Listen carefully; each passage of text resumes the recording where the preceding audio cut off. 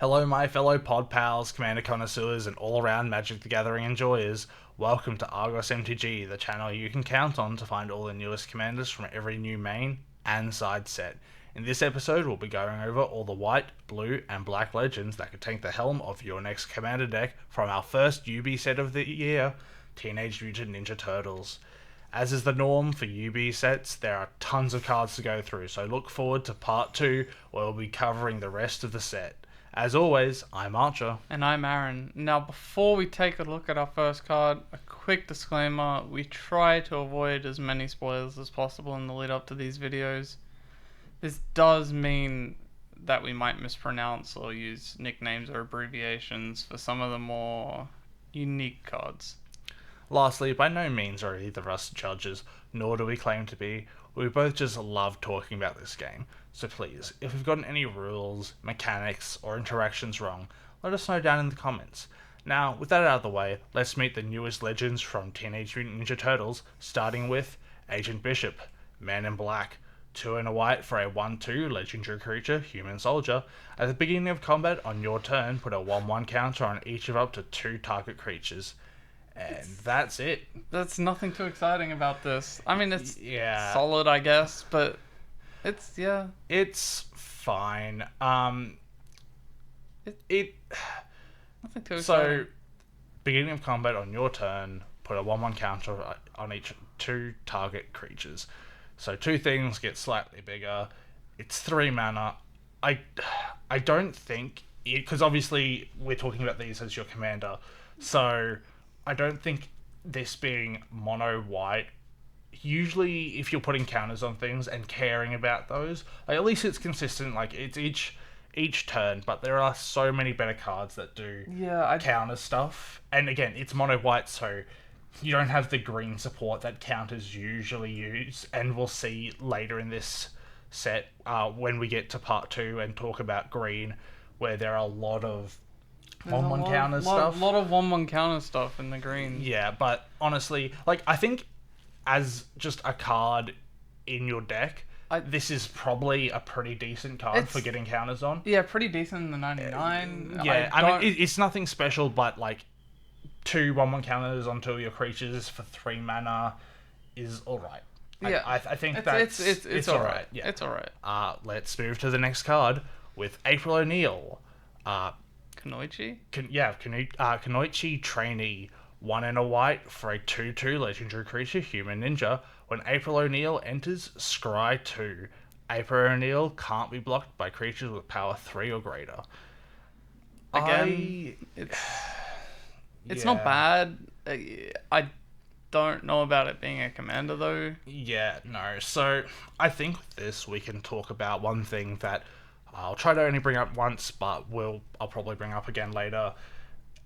Because this is a UV set, and there are a lot of main character cards or other like important people that will see multiple cards. There are other Oprah O'Neils in this set that are legends and mythic or mythic rares. Rares or mythic rares. But that does mean some of the commons are legends, even though they are just filler for the set, basically. Yeah, and this is one of them. Yeah, which is a downside to the UB product. We get a lot of legendary creatures, and obviously we want to let everyone know that these are possible commanders, but we wouldn't recommend them. They're just underwhelming. And obviously, I'm sure everyone that's watching this will be able to tell that these cards really they are 99 cards. Like, I could probably see this going in my Delny deck. Yeah. It's cheap, it scries 2, because it's 2 power, you get to scry 4, which is cool. I use that as a blink deck, so being able to scry 4 every turn or every other turn is really strong, but also, like, that's like just one of the spots. And I'm sure there are other places you could put this card, and again, we'll try not to bring this up too often, but most likely, unless there's anything randomly amazing in the common or uncommons, we'll just breeze past them and be like, yeah, this is probably just better in the 99, moving on. Yeah. Yeah. Second part of this card, the text, blocked by power 3 or greater, I would just ignore. Yeah, exactly. Again, Delny, but like he does that already, so Yeah. it doesn't matter. This will be fine in other formats, but again, we're Commander, so Yeah. we don't need to worry don't about need that. So we will move on. Jenica? Yeah, Jenica, I think that's how it is. Jenica, Bad Apple, Big Sister. 4 and a white for a 3/3 legendary creature, Mutant Ninja Turtle. When Jenica enters, create a 2/2 red mutant creature token with Plane Cycling 2. Yeah, this isn't a Again, commander. Another one of those, probably going to breeze past it, but I guess if you had it in a Blink deck, it's a good 99. Yeah, That's it's really it's all I got. fine. Plane Cycling literally does nothing from the command zone. It only has an ETB trigger that makes a dude. It's 5 mana, so I don't even know if running it in the 99 yeah, is I like just saw good. the 5 I think mana. this is just more of a bulk card to fill out the set. Yeah. So we'll just breeze straight past it. Goodbye, Jenica. Leonardo, Big Brother. 2 and a white for a 1/3 legendary creature, Mutant Ninja Turtle, with Sneak, with 1 white. So this is a new mechanic for the set. Reading, you may cast this spell for 1 white. If you do, also return an unblocked attacker you control to your hand during the declare blocker step. He enters tapped and attacking. Leonardo gets +1/+0 for each other creature you control. I don't mind the sneak mechanic. I Yeah, think it's pretty good. I think it's cool. They've done this with the They Who Shall Not Be Named Spider-Man set, where they brought out a old mechanic and gave it some newer applications. So Yeah. this is similar to ninjutsu, but it's not just on creatures. There are, I'm sure everyone's seen the red windfall that is, I think, like 5 or 6 mana up front if you want to just do it. Or its sneak is the normal Wheel of Fortune windfall effect where everyone discards, and I think it's each player may draw 7, which is the more popular one. We'll chuck it up on screen for everyone to look at. So I think Sneaker's mechanic is interesting. It's good. It's good, yeah. It also lets you. It's not like some people might think. Okay, so you have to return an unblocked attacking creature. That seems like a downside. It might be. And obviously it has to be unblocked, but we have plenty of ways getting around that. There's creatures that say they can't be blocked. There's creatures that obviously flying gets around it. You'll usually find one person you can attack if you have a flyer. Yeah. To get something unblocked, and obviously if you get something with an ETB to get unblocked and then return it to your hand, that is more of an upside. So the returning a creature doesn't need to be a downside. So you could see this as like potentially rebuying a creature as well, which I think is cool. That's not bad. But going more on to what the card does, I think this is also another one of those cards where it's more interesting in the 99, but not it's a common. So I can't see running it myself. It gets +1/+0 for each other creature you control, which is cool. It could get really big. And in something like your Arabella deck that we talked about in the last episode, you have a lot of tokens usually.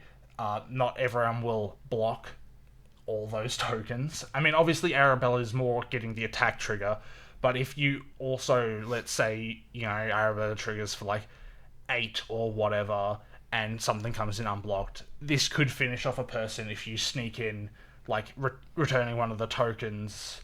Yeah. And putting in this, that would be, I don't know, an 8/3 at that point. No, I mean, because you would get literally all the counters from the tokens. Yeah, and it's small enough that on the next turn, when everyone's like expecting it, it will trigger Arabella itself. Yes.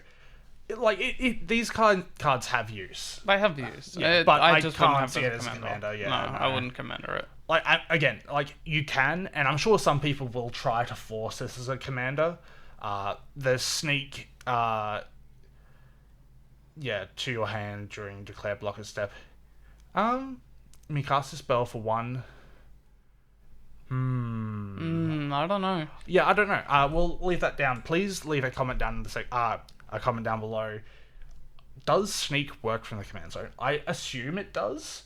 I would assume it would be like the card from the last set that we looked at. Yeah, and I'm not too sure what the similarities are with ninjutsu in terms of that. What I was going to say is it might see some like commander damagey use if you're like doing an equipment kind of, or like make this unblocked and then just have like a lot of tokens to sit around buffing it kind of thing. In which case I could see it as a commander, but otherwise, like, not really. No. But we'll move on. Leonardo, Cutting Edge, 1 and a white for a 1/1 legendary creature, Mutant Ninja Turtle. Sneak, once again, for 1 white. Lifelink, whenever you gain life, put a 1/1 counter on Leonardo. It's almost the same as the last one, just lifelink. Yeah, we'll see this often. The 1/1. Ninja Turtles have... they all have like a theme. I would assume they all, like Leonardo, Raphael, they all have like a thing that they do, and then there's like just different iterations on it. Like there's the techie one, there's the fun one, the serious one, and so on and so forth. And obviously in this case, Sneak is the like ninja part of the Ninja Turtles. Yeah. Whenever you gain life, put a 1/1 counter on Leonardo. Not being able to put the counter on other people is kind of unfortunate, just making him big. Obviously, since he has lifelink, and making him big is good, and he... whenever you gain life, putting a counter on him specifically... kind of obvious to say this, but that does mean you'll be gaining more life when you attack, and he won't get the 1/1 counters just from the lifelink. Obviously, there's like... gaining life through other means will trigger him and so on and so forth. Yeah. But it's not that exciting. No, even though it's really. a rare, I feel like for a rare, they should have said some more things. Like, I know it's a good card, but it feels a bit underwhelming for a rare. Definitely feels underwhelming. I feel like this is probably going to be one of those bulk cards that you pull where you're like, oh, Leonardo Cutting Edge again. Cool. And then just chuck to the side. Yeah. Like, I think it's alright, but like... if you are running him as a commander, at least he's cheap. Again, the Sneak, not too sure how it works with the command zone, but we'll read the comments and see what people think, and we'll look up the rules later in this, after this has been recorded. I could see running it as a commander, but more so just to, like, see how it is, you know, like... more as a I'm testing type Yeah, stuff. like, make it unblockable. It's like the last one. It's like, you want to kill with people with commander damage. You have a lot of white things that just gain you life. So, like, in a turn, or with... because in my Delny deck, I run the Soul Sisters that gain life when other people play creatures, giving a lot of triggers. So I could see, in the opportune situation, in one turn cycle, getting, like, 6 to 7 1/1 counters on this thing. Then you do a lot more on your turn, with a lot of incremental, because it's only 1/1 counter per set of life gains. So it doesn't matter if you gain like 10, you only get 1/1 counter. You only get 1/1 counter. Yeah, so like a lot of little incremental things like the Soul Sisters do. And this just gets bigger and bigger and bigger. So it can be threatening, and if you can give it evasion, it will definitely do the commander damage thing. So I could see people running it, but again, it's not really exciting. I've already got decks that try to do similar things, like my Yoshimaru deck that does similar things, but I think that's enough said about this. Yeah, there's not much I can say next about up, hey, it's Leonardo again. Leader in blue. 1 white for a 2/1. With Sneak 3 and 2 white. When Leonardo enters, if his Sneak cost was paid, creatures you control get +2, +0 until end of turn. Pay 1 and a white, Leonardo gains first strike until end of turn. I don't know. Yeah, I don't know. This one seems worse. But yeah, It's like 5 this mana? is probably one of the, except for what was it? It was Jenica, Bad Apple, Big Sister, I think. Besides besides that one, I think this is probably the worst one we've seen so far. Like, Which is it's funny because I think it's, even though this is an uncommon, it's not as like Leonardo Big Brother is actually better. yeah, I don't see myself playing 5 mana to do that. Yeah, like in fairness, unlike the others, this affects all your creatures, so everything gets +2/+0, and because the sneak has you return it as an unblocked attacker, Yeah. you already know that the +2/+0 for all the creatures that weren't blocked is getting through, but it's just not worth it. Not for 5 mana. No, 'cause, isn't like, there like instances and sorceries that do the same way, thing? yeah, for way 2 better. mana? Yeah, no, Yeah. this is definitely just an in the set when you're drafting or like other things, and so like if you had him for some reason as your commander, after the whole sneak thing is done, the only thing the card does is you can First pay 2 strike. mana to give it first strike. Hey, first strike's cool, but like you don't want that on your commander. No. Yeah, let's just move No. past this. Yeah. There's nothing. Okay, there. here's an actual card. Leonardo Sewer Samurai. 3 and a white for a 3/3 legendary creature, Mutant Ninja Turtle Samurai, with Sneak 2 white. Double strike, during your turn, you may cast a creature spell. You may cast creature spells with power or toughness 1 or less from your graveyard. If you cast a spell this way, that creature enters with a finality counter on it. Cool. Reminder for finality counters: if a creature with a finality counter on it would die, exile it instead. This one, I mean, it's this one's commander coded. I mean, it's a Yeah. mythic rare, but it's telling you what you want your deck to do, and obviously you don't have to. It's the way most people build, but you don't have to build the whole deck around your commander. That is the typical thing to do. Hey, this one cool card does a cool thing, let me put everything else in the deck to support that. It's not the only way you can build decks, but it is the main way, and we like seeing cards like this that tell you, hey, this is what I want my deck to do.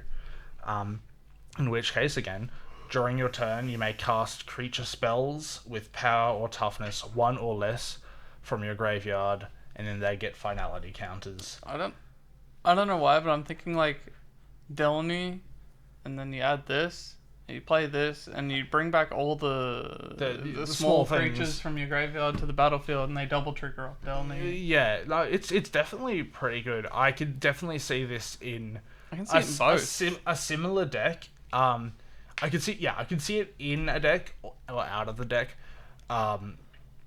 As value stuff. I could see this in an Orzhov sack deck as well, Yeah, Orzhov where sack. you put a bunch of small creatures in your deck and you sack them, and but obviously the finality counter thing kind of ruins that. So Yeah, it's not really like a loopy thing. It's more It's like of a one and done type thing. yeah, there are ways to prevent the finality counters, like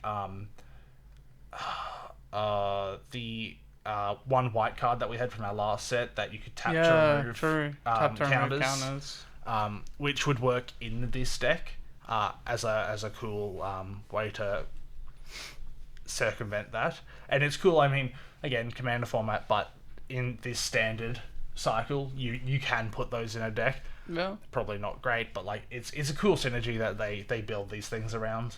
Yeah. But yeah, no, I think it's interesting. it's- It's a 3/3 double striker. Like you could do commandery damage things. It has sneak. I think the sneak on these is just, it's not so much of a, hey, I want this. I want this to pay the sneak cost, like we saw with the other cards, to get Yeah. some kind of benefit. It's just a flavor thing. Yeah. So it's like, yeah, this Leonardo is the ninja-y guy in this case. I don't know if the other turtles also I think that's- all have sneak, I don't know actually. but we'll see when we We'll go see. past them. Double strike's cool. It's not really relevant to the ability, but it's neat to have. Good blocker, good attacker. It's there. Yeah, it's there. I think it's an interesting card, and I can see people building some fun value decks with it. I can see the world where it's And in both. the best Leonardo that we've seen so far. So yeah. yeah. The last one was what? Yeah, no, not fantastic. So we'll keep going with Lita, Little Orphan Amphibian. For 1 and a white for a 2/1 legendary creature, Mutant Ninja Turtle, with Alliance. Whenever another creature you control enters, choose one that hasn't been chosen this turn, put a 1/1 counter on Lita, create a food token, or scry 1. So put a 1/1 counter on Lita, or create a food token, or scry 1. It's not bad.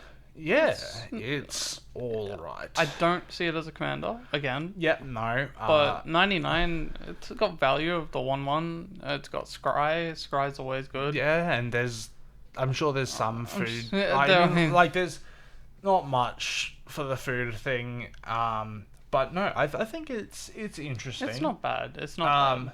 Another creature you control enters, choose one that hasn't been chosen. Okay, so unlike some of the other cards, it doesn't have the restriction of it's only chosen this turn. So it's basically saying if you do it on other turns, you can choose the same mode, but you just can't choose it again on this turn. Yeah. So I think this is also another. In fairness, my Delny deck it doesn't have many slots that I would like to choose things out. Like I've optimized it quite a bit recently. Yeah. So I don't think there's room in my deck for this, but it does have, like, if you have this in a deck, we keep referring to the decks that we have because it's just easier to talk about these things this way. But for example, in the decks like Delny or decks where you're playing a lot of creatures or doubling triggers, like the March of the Machines, the mum that everyone's scared about, Elish Norn. Yeah, that one. Yeah, where she doubles triggers and stops people from triggering their own stuff. This does, in that case, if you have one of those double trigger cards, just read as, hey, when you have a creature enter, choose 2 of these, and then if you can do that on other people's turns, like this card could get really big. You could scry a lot of cards. If you care about making food, like if you have an Academy Manufactor or like something else that cares about food, then you can choose food as well. But otherwise, obviously, this is just reading like once a turn, put a 1/1 counter on it, and scry 1 most of the time. I think while we've been talking about this, we've both generally agree that this is more of the in the 99 thing. Yeah, it could be a commander. Like in fairness, it does stuff. Like it's not like a one-time cast thing. No. Like I think generally when we're deciding if something should be in a deck or as the commander, you're looking at, hey, does it have a one-time effect or not? And it's not like some cards don't. Like some commanders that you see do have this enters once, it does one thing, and then people try to abuse it by blinking it and doing other shenanigans. But this does fit the criteria of this will always have something to do as long as it's on the battlefield. Like you can keep triggering it over and over again, a bunch of small creature synergies, stuff like that. So it could be, but I think, like I said before, I'm trying to think of a world where I'd use it. Yeah, it's more like a fun toy boxy value-y thing. Yeah. But I think that is enough said about this card. It's really cool, nothing. but better than the 99. Yeah. Yeah, let's move on. Leonardo, Worldly Warrior, for 7 and a white for a 5/5 legendary creature, Mutant Ninja Turtle. It sure is. But wait, this spell costs 1 less to cast for each creature you control. Double Strike. That's it. That's it. Yeah, it potentially costs 1 white mana for a 5/5 Double Striker. I think we should also mention, I don't know if I mentioned this for any of the other cards so far. Let me just double check. Nope, didn't matter for any of the other previous cards. This card is from Turtle Team Up particularly. So if you are chasing this card, I believe you can't find it anywhere but in the Turtle Team Up Jump Starty packs. Okay. So yeah, but continuing on. To be So fair, this I don't is know if I want to find this card. Yeah. The one for each creature control is not bad. this but is another one of those things where it's like some cards you look at it and it's like, okay, this is very obvious where the one spot is, and I'm sure some people will be able to find some creative ways to break the card, but the obvious thing to me when I see this is it either goes in or as the commander for a equipment deck. It has double strike, which can double trigger some equipment. It's a 5/5 to start off with, so generically, if it just goes in and attacks, if it's your commander, you're already done 10 commander damage to someone, which is basically half the way there to killing someone. One more thing, and then they're another 2 hits away from dead, which is cool, but it doesn't really say much else. Like, it's expensive, but if you have a lot of creatures, it's cheap. I think if you want to use this card, it goes in the deck of a Boros equipment deck.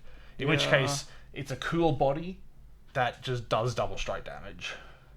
Not really much for it. I don't know.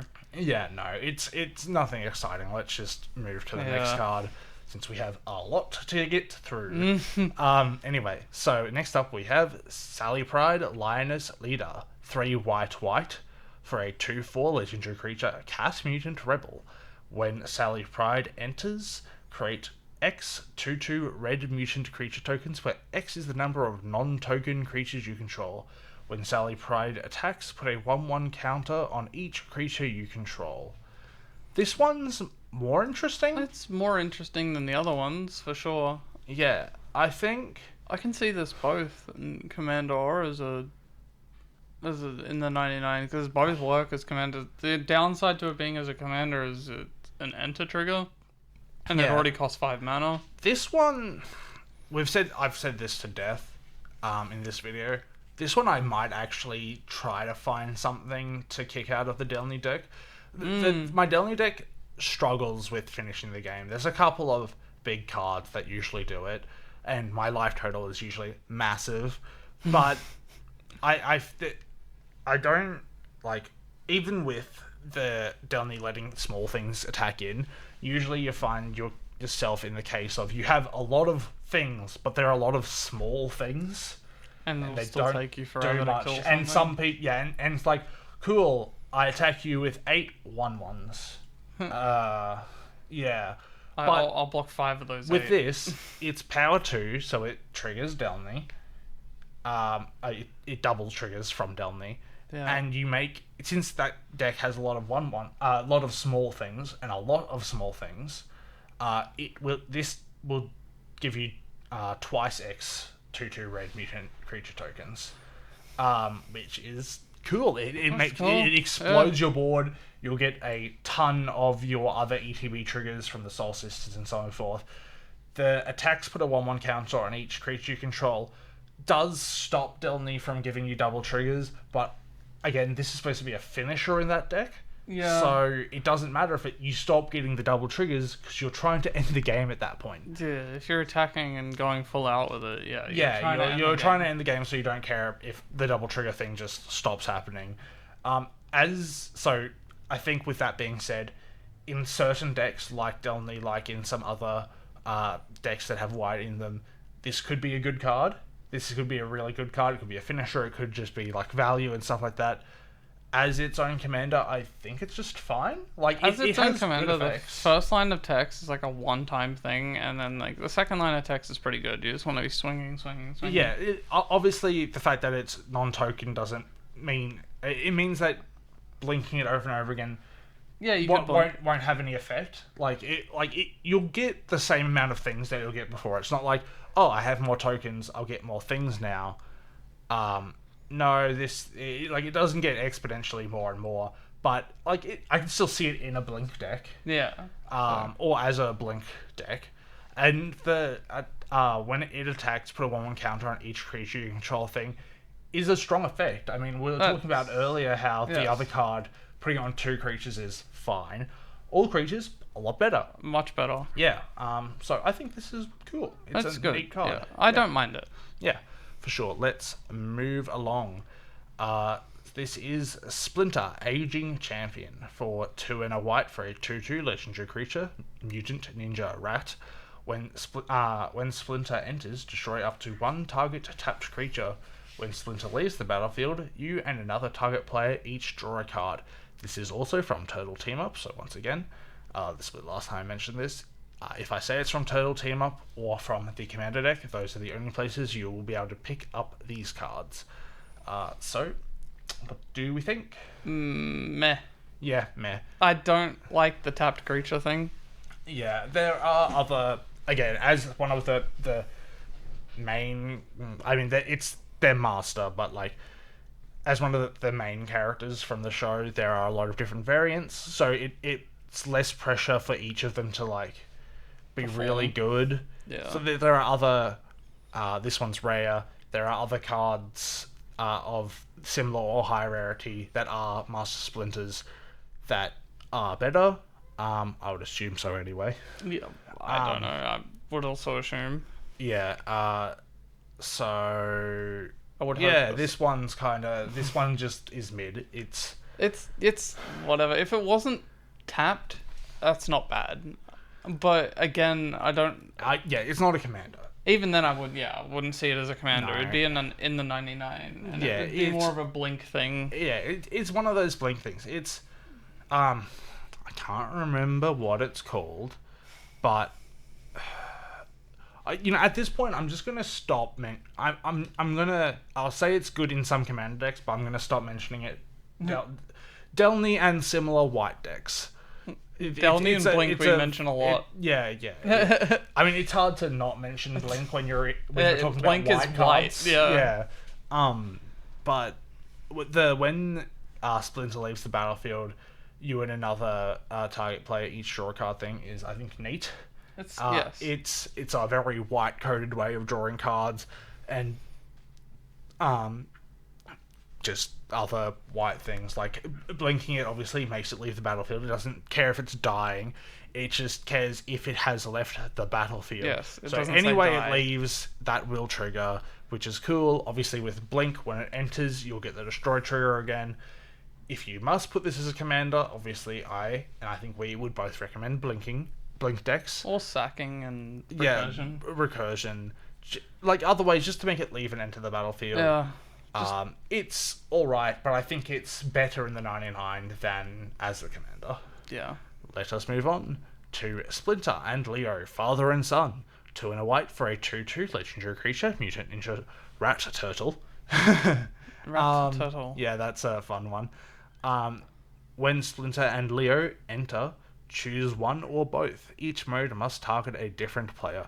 Target player creates a 2/2 red mutant creature token, or put a 1/1 counter on each other creature target player controls.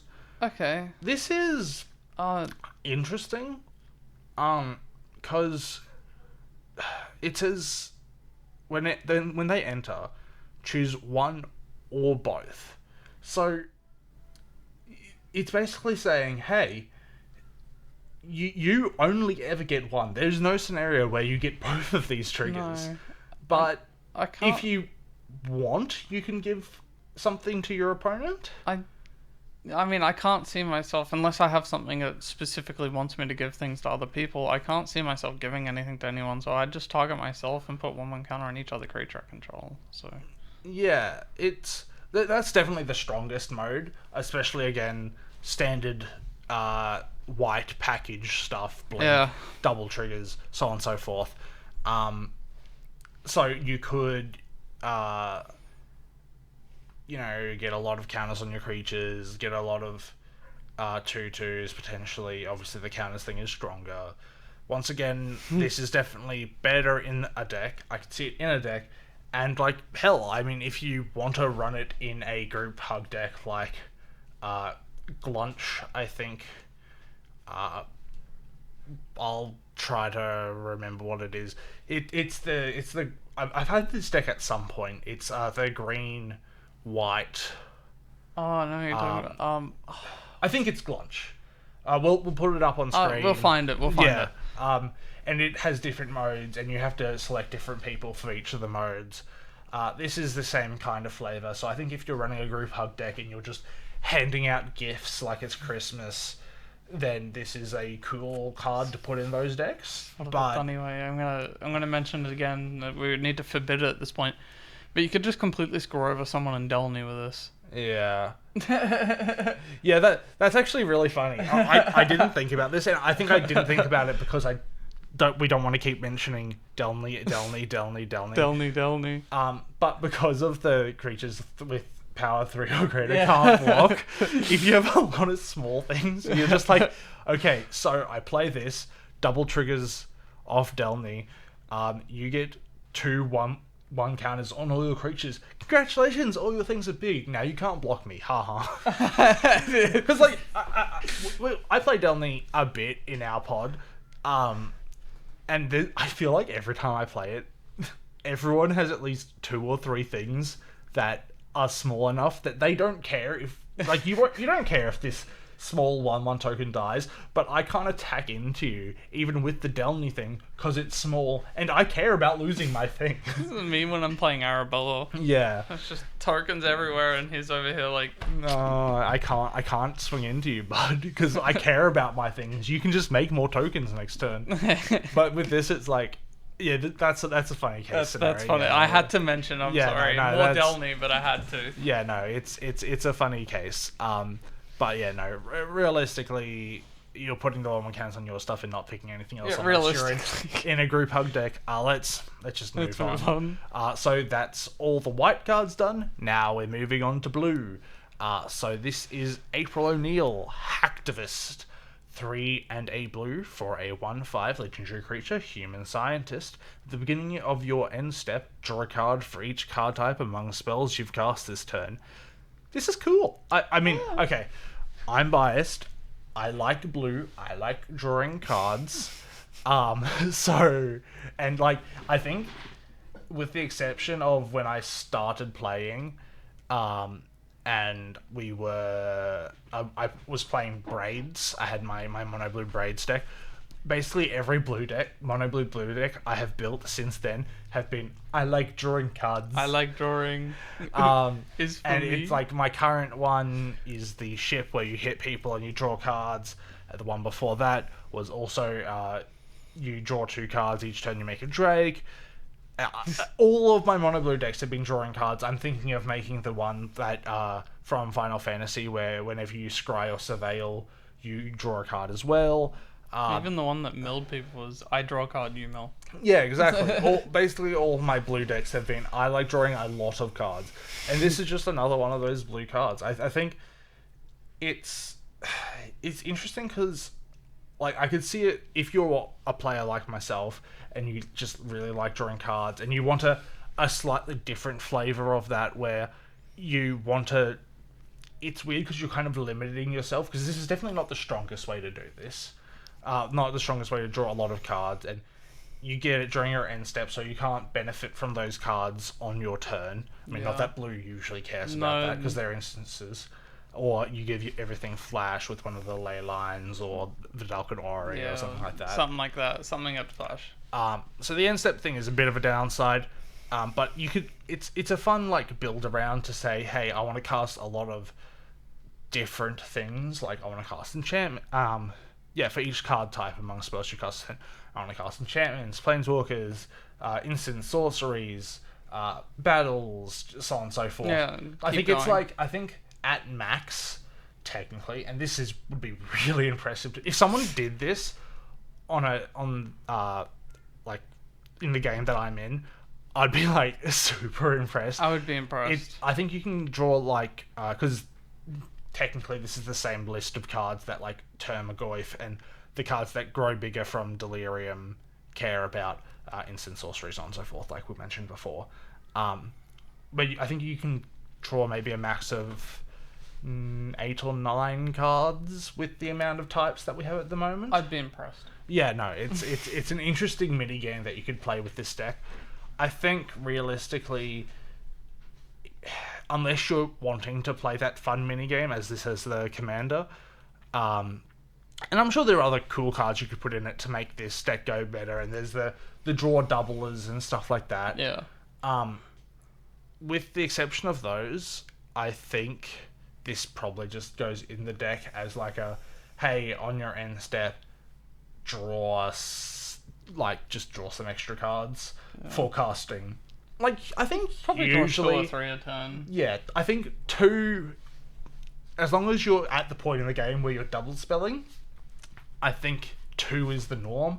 Like, I'll cast a creature and a sorcery, or I'll cast a creature and an instant.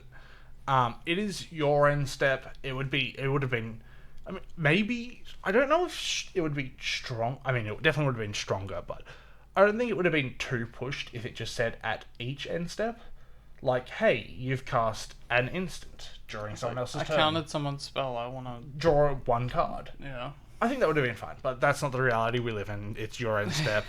I think it's fine as in the deck as like, hey, you've cast some spells this turn. Draw some cards to replace them. I think it's good. I think it's pretty good. Yeah, I haven't got much else. It's to not say. busted, but it's not like bad either.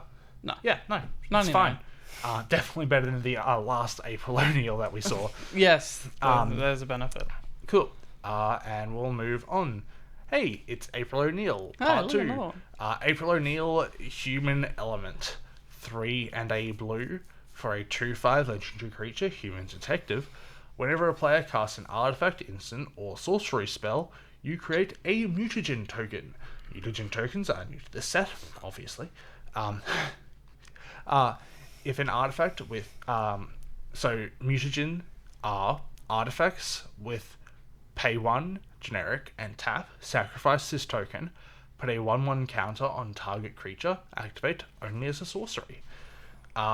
Activate only as a sorcery is a bit of a pity. I don't think we might have. I don't know all of them. There's stuff like junk and stuff that I haven't really looked into, but I think activate as a only as a sorcery is new. Like, I get why they're doing it, right? So you sacrifice it, you put a 1/1 counter on something. So it's a bit of a gotcha thing. If they don't realize you have mana up and you have these, or they just forget that you have these generic tokens just sitting around, and they're like, oh, you've got a 2/2, I've got a 3/3, or we've got both 3/3s, we can trade. And they go to attack and you activate it and you're like, haha, my creature's bigger, it will eat yours up. It can be a bit of a feel bad, and I know they're trying to start to move away from that, unless the card's like pushed, in which case they'll remove it. So mutagen as a token is fair, I guess. Activating as a sorcery, paying 1 mana to get 1 counter is fine. I think I like these tokens more in green than in mono blue for this case. Yeah, I don't see them much in a blue. And so, just going back over, because we've been talking about what we think about mutagen tokens. Actually, before that, we should also mention, this is, again, another card from Turtle Team Up. So... Surprise. Yeah, surprise. Rereading the card, whenever a player casts an artifact, instant, or sorcery spell, create a mutagen token. Lump that in with the last April we just talked about. Yeah, so... You're drawing cards, getting mutagen. Well, the last one, it was for spells you've cast, so the mutagen won't You won't get trigger it. mutagen, yeah. Yeah, so... But... The important thing I think for this, and this is where I think it will see the most... I think it's interesting, but I don't personally, and again, as with all of these, and this is the only time I mention it in this video, but as with all of these, if we don't find interest, it doesn't mean it's not a good card, it just means, personally, we don't vibe with it. Like, I've definitely looked at cards before where I think, oh wow, this is really cool, and then like someone else will read it next to me and be like, oh, this is kind of lackluster. It's like this is bad, right? And it's like, oh, actually, you can use it in this case. There are so many different kinds of Magic players that like different cards. If you like these cards, any cards that we don't think are good or we're not a fan of, it doesn't mean that we're right or you're right or either which way. we all have different tastes, so on and so forth. It's like him with blue cards. I'm not the biggest fan of blue. Here we are. Yeah, but regardless, I think this isn't so much of a commander. With that being said, No.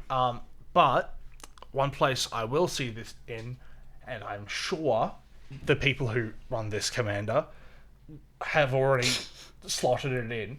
Can you think of one mono blue commander that is really strong that this would just go in so quickly?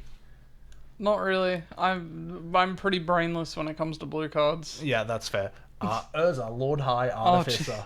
Urza. Yeah, so this is a scary one. I don't know why I didn't pick Urza. Urza's also 4 mana, so there's this weird thing where... And this isn't a consideration for anything but, like...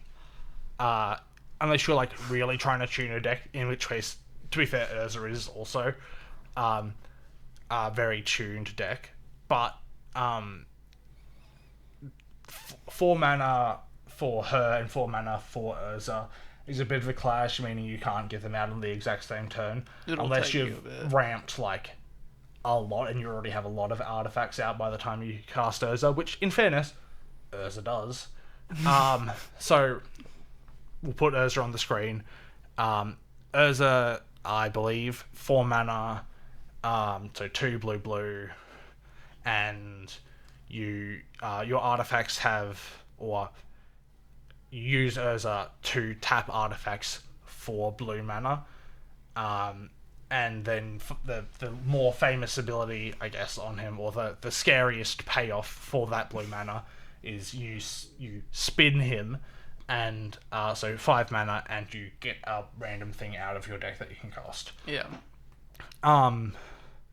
This, and why I'm mentioning it in this, as I'm sure a lot of you have figured out, so whenever a player casts an artifact, instant, or sorcery spell, you make, in which case for Urza, a blue mana. Which is terrifying, because usually you're tapped out, and then you're like, oh, I can't activate Urza anymore, I can't do all this other stuff. But artifact, instant, sorcery is a lot of different ways this can trigger. Obviously, creatures are the most common, so you won't get it guaranteed on everyone's turn, and I'm sure people might try to avoid casting these things to prevent you from getting a lot of blue mana, but I can see it in that use case. I think if I had an Urza deck, which I don't, I would put this in really quickly. I think it's a great add as an additional mana accelerant on other people's turns. Just another way to make free mana basically for nothing. I'm sure, if not in the first turn cycle, in the second, this will have more for paid for itself. Yeah. But yeah, I what think... a pain. Yes, I've added another fun bit to that toolbox. Let's move along. Oh, more Aprils. More April. It's April season. April month. Yes. April O'Neil. April O'Neil, live on the scene for one in a blue for a 2/1 legendary creature, human detective. Whenever a mutant, ninja, or turtle you control enters, investigate. So obviously, investigate, or not so obviously, sorry. Investigate is create a clue token. If an artifact, so it's an artifact with pay 2 generic mana, sacrifice this token, draw a card. It also has partner with partner character select, which is they do this with partner cards now to make partner not as strong, where it will be partner something to prevent you from partnering it with everything else that has partner. So there's like partner friends forever, partner with this specific card, so on and so forth. So partner character select is anything that also says partner character select. You can have both of them in the command zone. I believe I don't think character select is one of the ones that finds a card. I think you can just also run it with another thing that says partner character select. Please, again, leave a comment down below if I'm wrong with this, but I believe usually if it's one of the ones that finds it, it usually says partner with and not just partner. But we haven't looked at the rules for this. We're just reading off the cards. It doesn't say anything more than partner character select. So yeah, this is completely new to me. So yeah, and again, this is a card from the Commander deck. If you want to pick it up, you can pick it up from that deck. The Commander deck. Yeah. So going over the card, evaluating it for as a commander or in the 99, whenever a mutant, ninja, or turtle you control enters, investigate. Lackluster to me. Yeah, it's not great. Investigating, there are ways to break investigate, but if you're doing that, I think there are other ways to do it. Better ways. That being said, usually, not always, especially the first cycle, partner isn't really great evaluated by itself. You have to look at all the cards it could partner with, and there might be something that cares about artifacts or cares about clues specifically, or things entering the battlefield like that. And if that other commander does care about that stuff, then I think this is alright in your own deck. If you're making it, what I find interesting is because of how Magic works, and they haven't joined the words together, it's not like Ninja Turtle is one card type. It's Two. they are. It's two different ones. So whenever a mutant, ninja, or turtle, all things that have existed in Magic before, we have mutants, we have ninjas, we have turtles. So this can go in decks that care about those things already. Hey, you have a Euro deck that cares about a bunch of ninjas. You need to draw more cards for some reason. Cool. Whenever you when one of these things enters, which is good, it's not cast, especially for ninjas that ninjutsu. You just get a clue, which is cool. Again, it's 2 mana, so that's neat. For something that's at the moment this lackluster, 2 mana is fine, I think. Yeah, 2 mana's alright. But I think this card particularly is really hard to evaluate without seeing all the other partner all the stuff that things. can come with it. Yeah. So for now, I think it's fine. It's alright. If you have a deck with a lot of these types, or a lot of one of these types, then it's cool, consistent card draw, I guess. Just when it enters, you make a clue.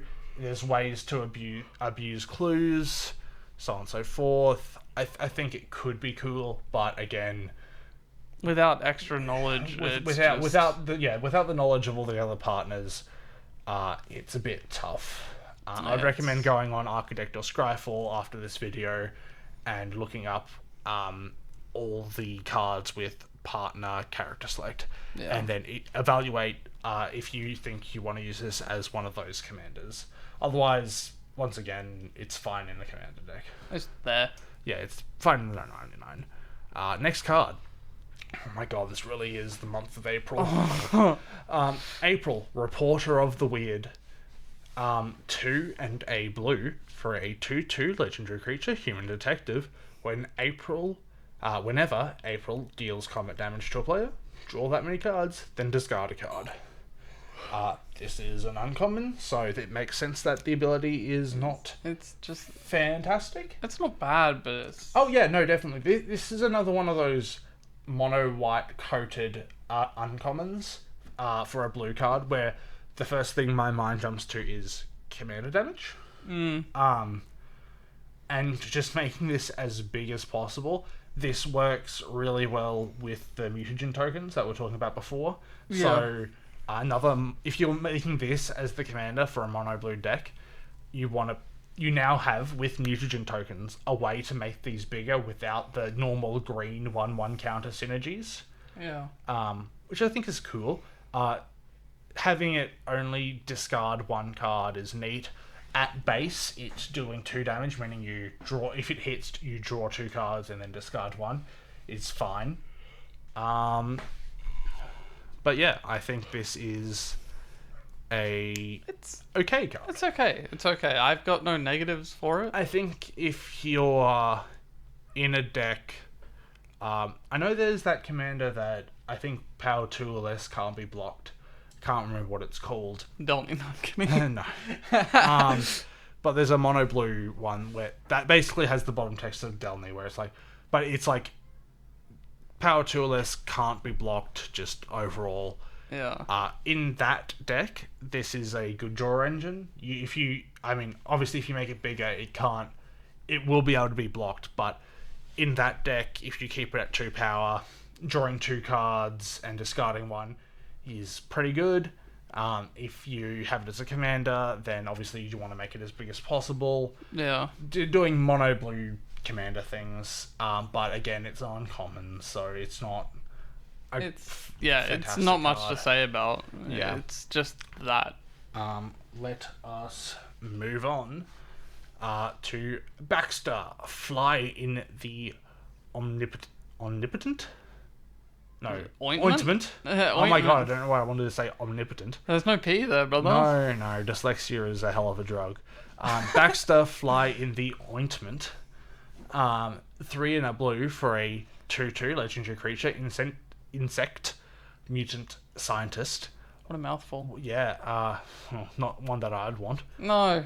Okay. Whenever Baxter enters or attacks, each creature you control with a counter on it gains flying until end of turn. When you draw a card, put a 1/1 counter on Baxter. This is very commander damage coded. Once again, anything that reads generally, hey, I want to get bigger, the first thing I always think about is commander damage? Question mark? Yeah. It's cool that it doesn't just say when it enters for the things with counters get flying thing. Because they usually do that, right? Yeah. Where they're like, oh, here's a cool upside, but it's only once ever if you want that as a commander. Which the once ever thing is fine if it's in the 99, you can hold off onto it. But obviously in the command zone, things that have a 1 enters trigger aren't as great. But having it say enters or attacks, yeah, is awesome. It's funny that you mentioned Commander, because this is from the Commander deck. Yeah, it is. Which is obviously the place that you can pick it up. Yes. 1 second. Water. Yeah, 1/1 counters on things, makes things flying. It sounds like a good commander to me. Whenever you draw a card, you get a 1/1 counter on Baxter. It all just loops in on of itself. Yeah, so I think there's 2 neat things about this card. I think personally, first of all, the first part reads well in the 99. I mean, it's well in the command zone as well. I think this is probably more of a commander card, like in the command zone. If you've got decks with counters, then yeah, this is also a really good card for that. But obviously, we're evaluating these more as commanders. I think.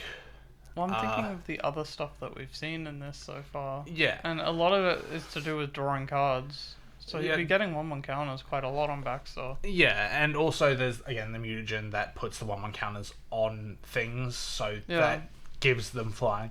But the 2 things that I liked about this, these are things that, when I say like about this, I'm referring to, like, kind of gifts Wizard gives us, where usually they would, like, downgrade it and it'd be a bit worse, but in this case it's like a bit better. There's ways they could have made this worse, but it isn't. So yay, small bonuses.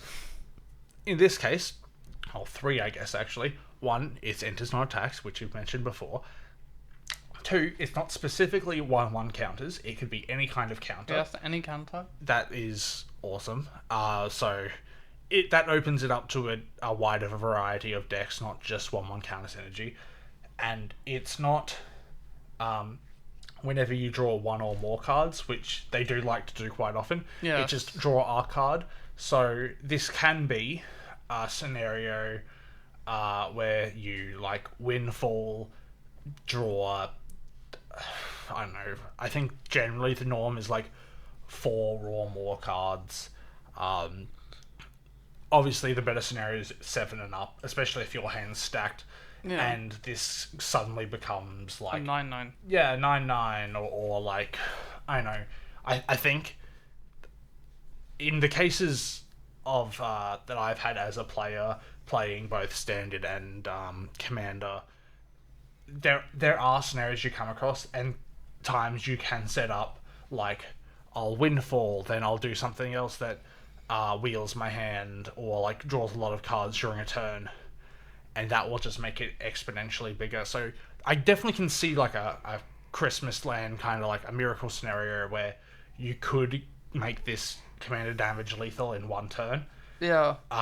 Obviously it's a bit excessive and usually that won't be the case, but I think this is a really good card. I mean, at base, worst case, it basically always has flying. Yeah. As of like, if you don't draw any cards on your turn when it comes in, and you have no other creatures around to benefit from the flying thing that it gives to creatures with counters, on your next turn, it will have flying because you will draw a card for your turn, and they'll give it a counter, and then when it attacks it, each creature, so it does count itself, they all gain flying. And I think it's cool. It gives you two different things to build your deck around. You want to build your deck around drawing cards and giving counters to things, which is another good recipe for getting those creative juices flowing for wanting to build a deck. Yum, creative juices. That I'm sure this fly insect thing. The scientist. Don't forget he's a scientist. Yeah, he's a scientist. I'm sure he likes his ointment juices. Oh yeah, I'm sure. Yeah, anyway, let's go to our next card. Donatello, Gadget Master. 2 and a blue for a 3/2 legendary creature, Mutant Ninja Turtle, with Sneak for 1 and a blue. Whenever Donatello deals combat damage to a player, create a token that's a copy of target artifact you control. Okay. Well, yeah, they do have Sneak. We've confirmed that. Sneak is cool. We'll see if it goes along. I would assume for flavor reasons, all the turtles I would say have they all Sneak. have Sneak. At this point, yeah. Well, wait until get past all the blue, but I'm pretty sure they'll all have Sneak at this point. When it deals damage to a player, you create a token that's a copy of something. Cool. Yeah, cool. Yeah, it's fine. I think I don't have a commander. I wouldn't have it as a commander again. Yeah, It's a I 99 think thing to me. I think there's cool things you could do as a commander. Like, if this is your commander, I would see putting a lot of cool, janky artifacts in it, where usually you would only have one. Like, worst case comes to worst, like, you find some way of giving it unblockable, ignoring the snake. The snake's cool. You find some way of giving it unblockable, and then like you can make mana rocks and stuff like that. And obviously blue does have some ways to double triggers, or like Shrionic Resonator, where you copy the triggered ability on the stack. So you could make like, 2 artifacts a turn or 3 artifacts a turn. Yeah. But like there are some really cool artifacts out there, obviously non-legendary ones because it doesn't take away the legend rule, that you can make copies of. And I can't think of any awesome ones off the top of my head, but there are plenty out there for sure. But obviously also putting this in like other decks, I think is probably the place you'll see it the most. Yeah. In the 99 of other artifact decks is probably the cooler place to put this. Yeah, 99 of artifacts is definitely a place I think I could see this. Yeah. I don't think... Yeah, I can't see it as a commander. I really can't. Yeah, I can see people wanting to build it, and I can't blame them. I think there's the part of me that wants to, and this is all the decks that like, because I really like the idea of brewing decks. Like in my head, I can see if like putting together a deck was like just that quick, and we could get a pod together and play. I'd want to get a game in just to see what shenanigans I could get up to. But no, I do agree with you that generally speaking, I think this probably runs better in an artifact deck rather than as its own thing. I don't know. That's pretty much all I've got to say on it. It's just I don't know. Yeah. So we'll move on. This is Donatello, Mutant Mechanic, for 3 and a blue. for a 3/5 legendary creature, a Mutant Ninja Turtle. Tap, put 3/1/1 counters on target artifact you control. If it isn't a creature, it becomes a 0/0 robot creature in addition to its other types. Activate only as a sorcery whenever an artifact you control is put into a graveyard from the battlefield. If it had counters on it, put those counters on up to one target artifact or creature you control. Hey, here's one that doesn't have Snake. No, that's true.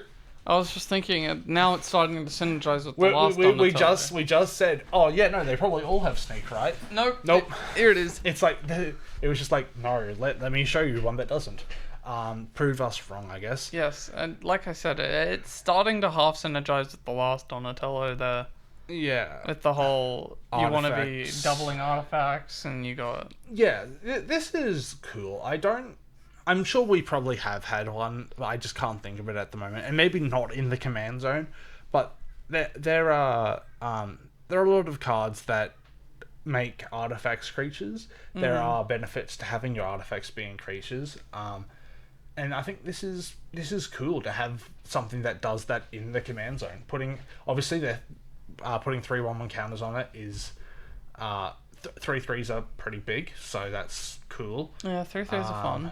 It's if it isn't a creature, it becomes a robot in addition to its other types. Yeah. Activate only as a sorcery is a bit annoying, but like we talked about with the mutagen tokens, it's like to prevent the like haha gotcha moments, which is a bit unfortunate, but also I'm gonna like, attack you. You have no creatures. All of a sudden, you have a 3/3 robot. And it's like, yeah, which is, it's fine. I think this is perfectly fine. And obviously, it doesn't say it can't be a creature. So if you already have an artifact, this is a way to make something that is already a creature bigger. Yes. As long as it is an artifact. So that's cool if you have other 1/1 counter synergies. And whenever an artifact you control is put into a graveyard from the battlefield, if it had counters on it, put those counters on up to one other target artifact or creature. you protect your counters. Yeah, which is modular, which is the old... Is that the old word for it? Well, that is basically what modular does. When a creature or permanent with modular leaves the battlefield, it puts its counters onto another creature, I believe. Yeah, okay. I haven't read modular in quite a long time. I but no, forgot it it's existed. cool that this gives all your other things 1/1 counters. It's kind of funny, because like, this is probably one of the more interesting decks to run. Not interesting, but I think it's a funny interaction to run the Ozolith in. Because it holds all those counters, right? And usually you have the Ozolith to back up the fact that people can like board wipe you and you lose all your creatures. But as we've had in our games, usually the Ozolith is targeted and it gets blown up straight away. But I find it funny that this is like the Ozolith's Ozolith. The Ozolith. Yeah, so like if someone's like, oh, that Ozolith is scary, it already has like 50 counters on it or whatever, or I don't know, more realistically like 5 or 10, and you blow it up, you're like, okay, cool, I'll just move it on to this other thing then. Yeah, thanks. Which is I find kind of funny, and you could make the Ozolith itself a creature with 3/1 counters on it, which is also kind of cool. It's like your Ozolith is storing all your other counters, and you go, you know what? I want this Ozolith to attack you now. And Yeah. It's like, oh, cool, thanks. I think it's neat. I'm sure there are some fun shenanigans you can get up to. This is another one where like it starts making me want to build decks, and I like commanders that do that for me.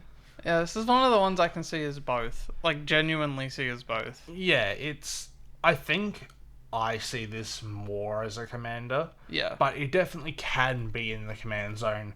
Less so for the first line of text, and more so for the second line of text. Yeah. But yeah, no, I think it's a cool card. That's so pretty let's cool. move on to Donatello, Rad Scientist, 5 in a blue for a 5/6 legendary creature, Mutant Ninja Turtle, with Vigilance, and whenever Donatello enters, tap up to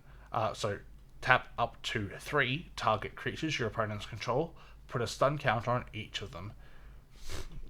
Reminder, stun counters are if a permanent with a stun counter would become untapped, remove one from it instead. So remove the stun counter if a permanent would become untapped. A lot of mana to do that.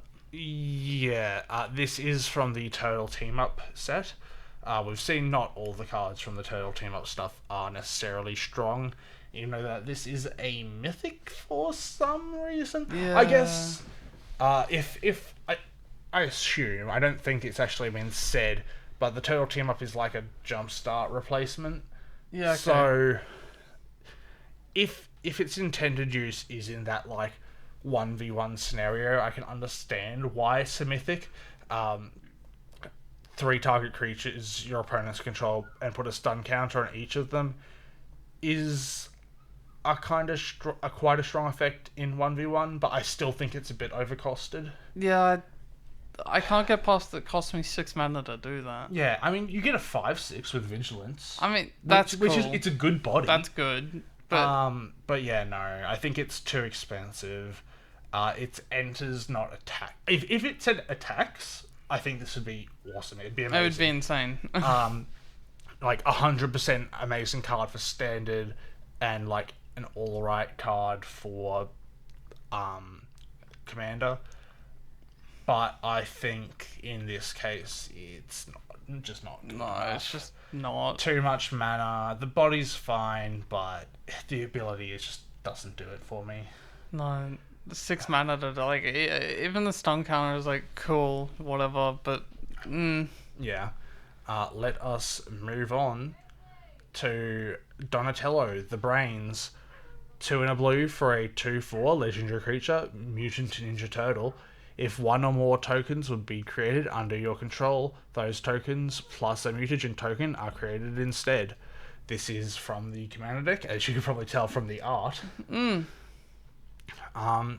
So yeah, this is a pretty interesting card. I mean, it's the same kind of effect that I was talking about it before. It's the Academy Manufactor effect, where if one or more tokens would be created under your control, create those plus a mutagen. So if you had this and the Manufactor out, anytime you made a clue, food, or treasure, you made one of those 3. Let's start over. Academy Manufactor, when you make one of those, a clue, a food, or a treasure, you make the other 2. If you had both of these out, whenever you made a clue, food, or treasure, you'd make those plus a mutagen, which is cool. It's another one of those, like, just like make more things effects. We found our second partner. Yeah. The character select. Which, what did the first one also made mutagens, right? I don't remember. I think it might have. Let's just check real quick. Yeah. No, it creates clues. It makes clues. Yeah, it makes clues. So, whenever you play that was April O'Neil live on the scene, whenever you mutant ninja or turtle you control enters investigate, in which case this would also make you a mutagen token whenever you investigated. Yes. So cast April, cast this, make a clue and a mutagen, which is fine. Again, we'll leave we won't compare any of these. We won't like cross-examine every partner with every other thing, because it'll be hard to keep track in this video, but just for everyone else's understanding, this is another one of the partners that you could put together. I think this is fine, but honestly I see this as more of a... I don't see a commander here. No, this is definitely in the 99, in which case it's fine, I think. Yeah. It's just like one of those cards where it's like, the body's fine, it's okay mana rate, and it just gives you another thing that you can do. Like, if you're already making tokens, getting an extra thing that puts 1/1 counters and stuff is fine. Yeah. Yeah. It's really all I can think about is just... Yeah. Yeah, no, cool. Let's move on through to Donatello Turtle Techie. For 3 and a blue for a 3/4 legendary creature, Mutant Ninja Turtle. Whenever Donatello enters, if you control an artifact, draw a card. I mean, this is a common. Doing 4 common mana stuff. to draw a card. Yep. Cool. I No. like. I don't want to go past these too quickly, but this is probably one of the more boring ones. It's like, cool. It draws you a card. I guess you can flicker it or make token copies of it. I don't know. Yeah, no, it's boring. It's boring. It's a standard card. So like, oh cool, it replaces itself. Yep. The only thing decent about it is the body. Yeah. That's it. On to the next card. Donatello, Away with Machines. 2 and a blue for a 1/2 legendary creature, Mutant Ninja Turtle. Flying, whenever an artifact you control enters, put a 1/1 counter on Donatello. I'll say the white thing again. If you want to, this does counter damage. Yes. It gets bigger. It has evasion on it, so flying gets around things on the ground. Obviously, it's all right. In this deck, you put a lot of self-replacing artifacts in it. You'd cycle through them and hit someone with a big flying turtle. Big flying turtle. Also, can we just take a second to look at that art? Yeah, that is. It is cool. He's flying on a hover surfboard in the sewers. The face. Oh yeah, he's a bit goofy. Yeah. It's, if I had to pick a turtle as my favorite out of this whole show, it's probably definitely Donatello. Yeah, that's fair. But yeah, That's it's an uncommon. Another uncommon. It's good rate. Bodies, man. You put counters on it. It has flying. Yeah, sure. Not much else to say. Yeah. I guess technically I would say, unless you're trying to do that command damage thing again, that isn't great. Honestly, this day and age, it's an all right payoff if you in an artifact deck if you're already playing a lot of artifacts. Like, oh, I'm playing a lot of artifacts and this thing just might get bigger. You have better things to put in your deck, but if you want to go this route, then yeah, feel free. But we'll move on. This is Donnie and April. Dorkable? I guess so. I think that's like adorable dork or something like that. A dorkable duo. So yeah, Donnie and April, a dorkable duo. 4 and a blue for a 3/3 legendary creature, Mutant Ninja Human Turtle. When Donnie and April enter, choose one or both. Each mode must target a different player. Seeing this again. Target player draws 2 cards. Target player returns an artifact, instant, or sorcery card from their graveyard to their hand. And this is, again, a turtle team-up card. Yeah. I think this is better than the last one. It's more expensive, which makes it worse, I guess. But... Yeah, that's really the main thing I don't like about it is it costs 5 mana, but other than that... I think it's not a command. It's like not... It's in a deck. It's not... It's not a commander. Not a commander, yeah. I think for commanders that cost 5... I mean, not saying you can't, but like... I think it costs a bit too much for what it does. And again, all these would be so much better if they had attack triggers. That obviously makes it repeat. You don't need to put as much into the deck to make these like abusable. But as is, it has stronger effects. Target player draws 2 cards, awesome. Target player returns an artifact, instant, or sorcery card from their graveyard to your hand, also really cool. Love those effects. But the fact that it's only an enters trigger in mono blue, kind of killing it. Yeah, like you could, again, blink, copy, all the ways to abuse enters triggers apply to these cards. But I think the enter and the cost of it is just killing it. Yeah, 100%. But yeah, I think we can. There's not a whole lot I can say about it. Yeah, it's cool. I love the name. That's adorable. Yeah. But let's just move on. Yeah. To Irma. I'd say it's Irma. Yes. Yeah, Irma, part-time mutant. Don't know how that works. I wouldn't know. 2 and a blue for a 1/1 legendary creature, human mutant shapeshifter. At the beginning of combat on your turn, Irma becomes a copy of up to one other target creature you control, except her name is Irma, part-time mutant, and she has the ability, has this ability, then put a 1/1 counter on her. So I'll reread that again. At the beginning of combat on your turn, Irma becomes a copy of up to one other target creature you control, except her name is Irma, part-time mutant, and she has this ability. I think this is cool. I like it. It's honestly, it is pretty cool. This goes in your Sakashima deck, right? Probably. Because the Irma bit gets around... The fact that her name stays the same gets around the legendary rule. Yeah. And it's 3 mana... Because yours is Sakushima and Vile Smasher. Vile Smasher, yeah. Vile Smash is 3 mana, right? I think? 3 mana, yes. Yeah. Yeah, no, I think that goes in this deck. I think this is... Okay, I don't... This could be your commander, but I think, especially obviously in that deck's case, this is a pretty good add in a lot of 99s. This also goes in my my Ivy deck, where I make a lot of copies of Ivy and get a lot of card draw and stuff like that. The fact that it gets around the legend rule, I think, is a really key piece of the card. The put a 1/1 counter on her is also cool, but it's also not too relevant. I mean, it's relevant, but like it's not the coolest part of this. Yeah. It's more like a bonus effect. At the beginning of combat on your turn, the fact that it's not just an enters thing is so relevant. If you find a better creature in your deck that you want this to become a copy of, it just will be. It just will be, yeah. Yeah, so I think this is a great card. This is also, we should mention, from the Commander deck, which honestly I find is a bit of a shame. I mean, I'll say this now.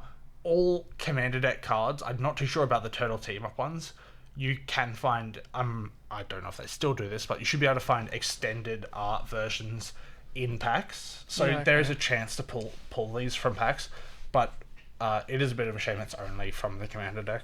Yeah. But no, I love this card. I think it's really it's pretty good. It's interesting. I actually don't think of the Vile Smasher deck, Sakushima, very much.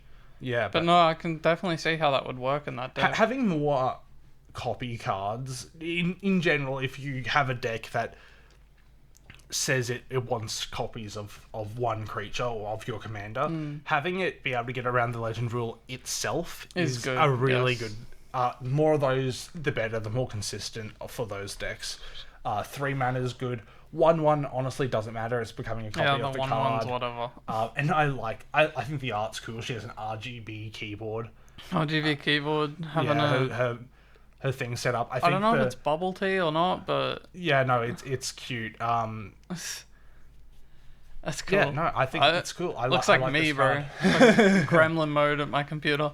Yeah, just watching some mutant stuff on the screens. I don't know about mutant stuff, but there's the mutant rat in the background for that. There is, isn't there? Yeah. I only just saw that. But no, cool card. Let us move on. It could have been Ratatouille. Ratatouille. Anyway, this is Kitsune, Dragon's Daughter. 4 blue for a 6/6 legendary creature, Fox Warlock avatar with Vigilance. Whenever Kitsune enters or deals combat damage to a player, you may exchange control of up to 2 other target creatures controlled by different players. I think this is cool. That's cool. Yeah. This is... Okay, so there are decks out there. I think Zedra is one of them that have blue in the commander color identity, that care about swapping stuff around. But I think if you want to make this mono blue, that's also fine as a commander. Just being like, oh, you two can swap things, you can two swap things. I've always had this like kind of not goofy, it's kind of rude actually, combat idea of like, if you're trying to kill one person and there's only one creature that can do it, you're just like, cool.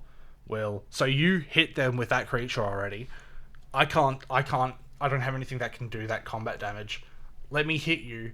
I'll take your creature, or like, I'll swap this thing with that creature, and then I'll also get to do something with it on the following turn or whatever.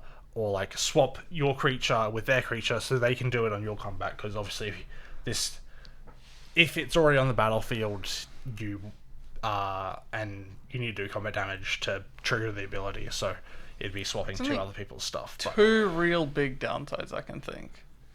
Mana One, cost? mana cost. Yeah, Yes. no, that's The fair. second one, I know it says enters, so it'll definitely trigger once. The deal combat damage to player though, the fact that it has to be damage to player before you get to do anything with it. Yeah. Because I feel like, especially considering it's got no type of evasion or anything, I feel like anyone can just go, yeah, no, I'm not letting that happen. Yeah, like the enter thing is cool. The enter's cool. And also, funny, they're right next to each other. If you have this in or part of the deck or vice versa, then like you could have two of them and just be like switching things around. Swip soppy. Yeah, swap. But yeah, no, I think it's cool. Again, yeah, it's expensive, It's but expensive. it is, at least it's got a good body on it.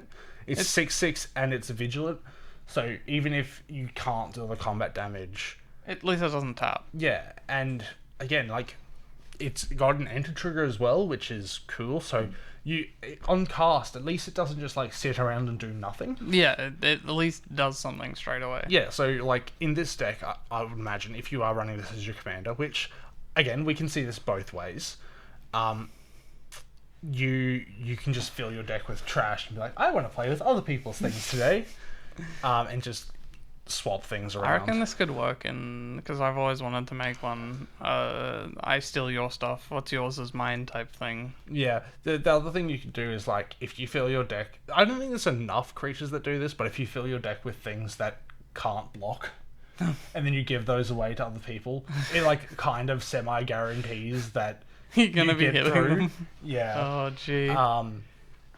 And then there's What a also pain. the fact that you could steal people's commanders and they can't do anything about that, Yeah, that's which is rude as all that's hell. always fun. But I think that is enough for Kitsune. That's- Cool commander. Let's move It's on pretty cool. to Krang Mastermind. Sure is. 6 blue for a 1/4 legendary artifact creature. Utrum?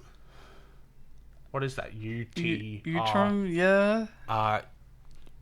Utrum Warrior. Yeah, we'll just go with Utrum. Yeah, sure. Utrum Warrior with affinity for artifacts. So affinity is this spell costs 1 less to cast for each artifact you control. When Krang enters, if you have fewer than 4 cards in your hand, draw cards equal to the difference. Krang gets +1/+0 for each other artifact you control. Cool. Cool, I guess. I mean, again with the artifacts, seems very artifact hungry. I hate that it costs 8 mana though. I mean, it doesn't though. Oh no, because it costs 1 less for each artifact. Yeah, so Right, I just said that. yeah, so I mean, best case it costs 2, Yeah. and in which case, it is what a 7/4 because of the gets Yeah. +1/+0 for each other. So cool. It's funny how this either is a bad card or a good card depending on how many artifacts you have. Because it's Yeah. like, oh, I have so many artifacts out. This thing is big and cheap. Or, oh, I have no artifacts out. This thing's expensive and small. So it's either... I mean, at least you get to draw cards, right? Yeah, I think... draw maybe. cards equal to the difference. If you have fewer If than you 4. if you have fewer than maybe. 4. So I think the play pattern is right. If this is your commander, you basically land. The rest of your deck is artifacts, and then you just play out all the artifacts. You try to have 0 cards in hand when you play your commander, when you play Krang, and then you draw 4 cards, Yeah. and then you have more artifacts to play, which potentially could mean Magical Christmas Land, really Magical Christmas Land. Let's say for some reason your opening hand is 2 blue, and the rest is 0-drop artifacts. Oh And god. we'll make this even more absurd. This is not how you're going to build the deck because it's kind of terrible. Let's say the rest of your deck is also 0-drop artifacts. Just whatever. Going with this absurd idea. So turn 1, blue. bunch of artifacts. Turn 2, blue. If you drew another zero-cost artifact, cool, perfect. So It's like 50 Lotus Petals or something. yeah, so yeah, you play it. It's now 2 mana because of the affinity. You have no cards in hand. So when it enters, you draw 4 more cards. You'll have your hand is 7. Then you have 8 for the opening. So you have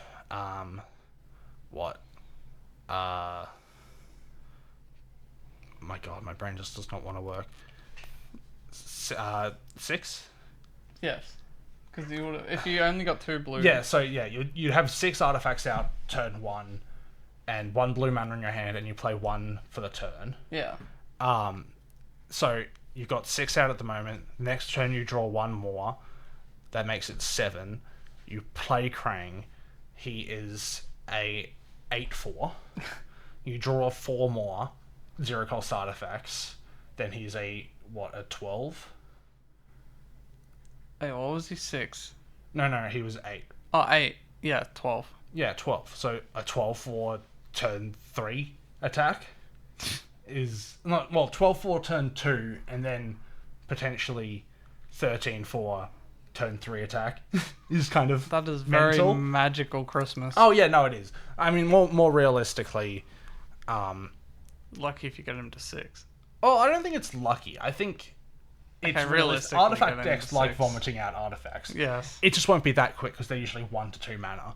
But I think this is it's cool. I'm definitely talking about him too much. Like, he's not that good. He's not I that think he good. goes in the deck of an artifact deck as well as like more of an attack payoff, like we've seen with some of the other cards. But no, I think it's all right. He's cool. I think side seeing Affinity again is awesome. I like seeing Affinity. Affinity's fun. Yeah. Side note, we both suck at math. Yeah. No. Cool. Anyway, best game to play for people who can't. Oh yeah, can't we math. suck at math. That's why having an accountant in your home pod is fantastic. Oh, it's great. Yeah, it's like a cool. I attack. How much damage is that? How much is that again? Anyway. So you added 1 counter. It's like, oh, okay. Anyway, we'll move on. I think Krang is cool. He's alright. He's cool. He has places. He has places, but yeah, we'll move on for now. This is More Krang. Krang. Yeah, Krang Part 2. The Blue Boogaloo. The blue. Krang, the all-powerful 4 and a blue for a 3/3 legendary artifact creature, neutron robot. If a player drawing a card causes a triggered ability of a permanent you control to trigger, that ability triggers an additional time. Whenever a player draws their second card each turn, put a 1/1 counter on Krang. This is also from the Commander deck. Okay. This is cool. First upside, this is a player, not opponent or you. So that just makes it a wider variety of things you can include in this if it is your commander for the deck. Obviously, doubling triggered abilities is That's always fun. always cool. But yeah, no, this is. And if you're forcing play, like it's again a player, so even you, if you're drawing a second card each turn, he's gonna get bigger. There are a lot of cards that become either good because of this or a lot better. Usually a lot better. There's like, okay, so you can't put this in the deck, but there's like really busted ones like Orcish Bowmasters that pings people whenever they whenever the cards are drawn and stuff like that. And there's a lot of cards that have like busted effects for people drawing. Yeah.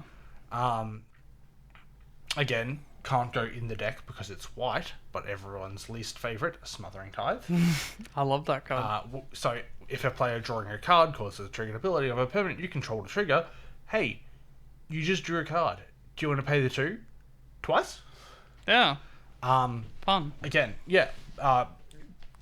It's Honestly, it's pretty good.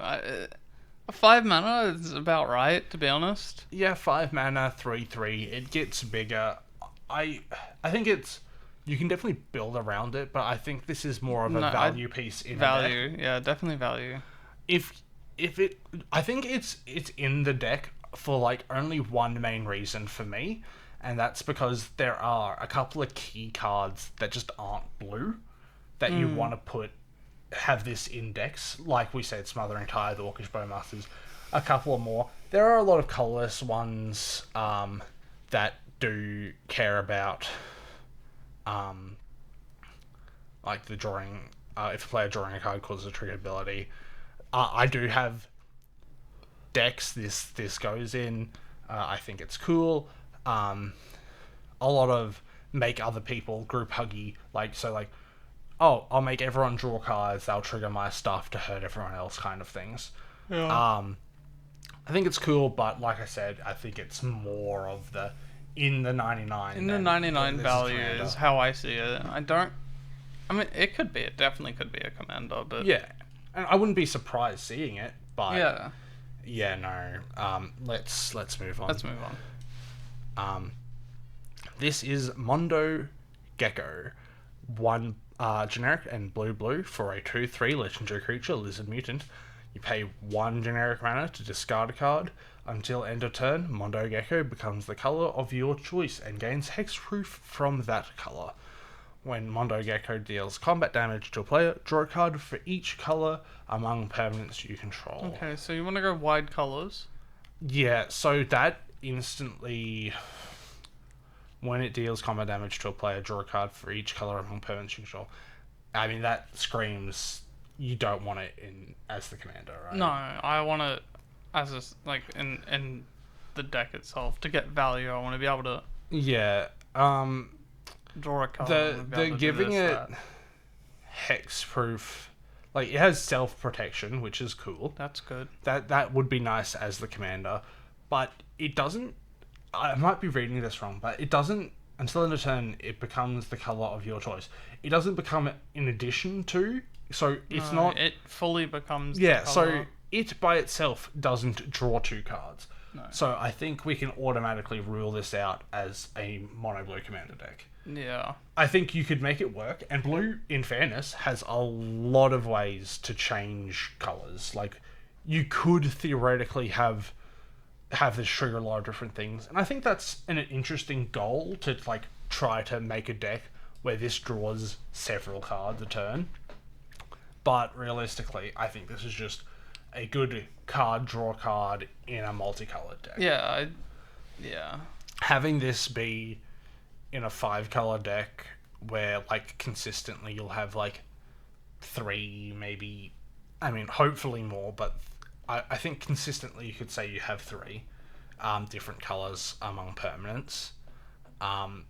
Yeah, drawing 3 cards on combat's pretty good, and yeah, I'd be happy with 3 cards. But yeah, I think that's it's weird because it's like it's a strong ability, but it's kind of disappointing for a mythic. Yeah, for a mythic, I think it's disappointing. It's interesting, don't get me wrong. Yeah, no, it's definitely interesting. Discarding a card, changing the color, gaining hexproof. I would have liked to see some better attack kind of evasion if it was flying. Yeah. I know they don't like doing this, but I think if it gained protection from a color, Protection would have been nice. because then you could swing in with it, and it would still have that hexproofy kind of effect of being able to blink, like not blink, but like disturb people trying to remove it. Yeah. Bit of a shame on that end, but I get they don't like printing protection onto cards. Deals combat damage to a player, draw a card for each color among permanents you control. Yeah, it's fine. I've got nothing much. There's no real downside to it. But yeah, no, it's besides just not a commander. No, I don't see it as a commander. Let us move on to Ray Fillet Man Ray. 3 and a blue for a 3/3 legendary creature, fish mutant, with flying. Whenever Ray Fillet enters, create a mutagen token. Pay 2 generic mana, remove a 1/1 counter from a creature you control, draw a card. Yep, that's an uncommon for you. Yep, that's an uncommon. It's fine. When I was doing the Ray Fillet thing, I was putting it into the slides and searching for it. I kept saying Ray Fillet. Ray Fillet. Ray Fillet. I mean, he do fillet. He has some kind of spiky thing in his hands. I think it's a harpoon. Yeah, I would assume so. Yeah, Ray Fillet. Ray Fillet Man Ray is just one hell of a name for a card. Yeah. Anyway, 4 mana is a bit much. Yeah. I mean, at least that's Flying's flying. cool. It makes you the again attacks triggers versus enters triggers. Yeah, ETB. But it's just enters to get a mutagen token, so you don't really care about that. It's just a way to put a 1/1 counter on something so you can draw a card later. And yeah, It's a bit weird. I think you could ignore the mutagen thing. If you have this in a deck with a lot of 1/1 counters as just like a way to draw cards, then it's like, alright. it's fine. But still, 4 mana, and then you have to pay 2 to draw a card by making a creature weaker. It doesn't really play It's like that well. 6 mana to make a I think mutagen it's and draw a card. fine because like even if you're only drawing 1 or 2 extra cards from it throughout the whole game, and it's a 3/3 flyer, so it still can get in for damage, but it's definitely not a commander card. No, Again, you could, but I wouldn't personally. I wouldn't either. And, yeah, no. Yeah, let's move on through to he's been upgraded. Oh, Ray Fillet Wave Warrior 2 and a blue for a 0/2 legendary creature fish mutant with flying. Evolve. Evolve reads whenever a creature you control enters. If that creature has greater power or toughness than this creature, put a 1/1 counter on this creature. And then second ability, whenever a creature you control with a 1/1 with a counter on it deals combat damage to a player, draw a card. Wow, they really just like said, "Oh, we made this common card. Let's make it better." let's make it better. Yeah. Uncommon, yeah. And it's from the commander deck, we should Thank say. God it says a creature you control with a counter, not specifically the 1/1 like you're about to say. Yeah, no, it definitely was about to say that. Again, thank you, Wizards, for not narrowing this down. I do like to see Yeah. cards that give you more options for these kind of things. Whenever a creature you control with a counter on it deals combat damage in this kind of deck. This also goes in that that fly guy that we were talking about earlier. Baxter, or whatever his name was. All those cards will have counters on them. Yes. If this is in that deck, then they all draw cards when they hit people. Obviously, you're gonna get at least a couple of evolve triggers off this. Yeah, it's So- it's an O2. It will be able to trigger itself. So as long as you play one other creature after it will be bigger. Then it can trigger itself by Yes. hitting. Which honestly, after the evolve, obviously, a 1/3 that for 3 mana with flying that deals combat damage and draws your card is fine. Yeah. This is It's not bad, perfectly honestly. alright. It's not bad. Of the better place to put it would be either as a commander or in the 99 of a counters deck. Counters, yes. It's not a merfolk because it's No. it's a UB set, and UBs don't, unless they're specifically merfolk, they don't like using the merfolk thing. But I think this would be fine to put in the Huckball precon deck. Ball, yeah. Because Huckball distributes a lot of counters. They do combat damage quite a lot. There's things that make them unblockable. So I think this would be a great card draw engine in that. Not that it needs the help, because that's a really strong precon. But It's a really good precon. yeah. But no, I think this is a fine card. It's good in as both commander and in the 99. Gets my stamp of approval. Yeah, I would also stamp. Anyway, let us move on forward to Renette, Temporal Apprentice. 3 blue for a 4/3 legendary creature, human wizard, with flash. When Renette enters, return each other non-land permanent that entered this turn to its owner's hand. Main thing I don't like about this is it's entered this turn. Yeah, I mean, I guess that's why they have That's why Flash. it's got Flash, but yeah. When Renette enters, return each. Yeah, I mean, it doesn't bounce itself. Good. Thank Which God. I was just checking. Return each other non-land permanent. Um, yeah, so this guess- doesn't really need to be said, but this is not a commander. No.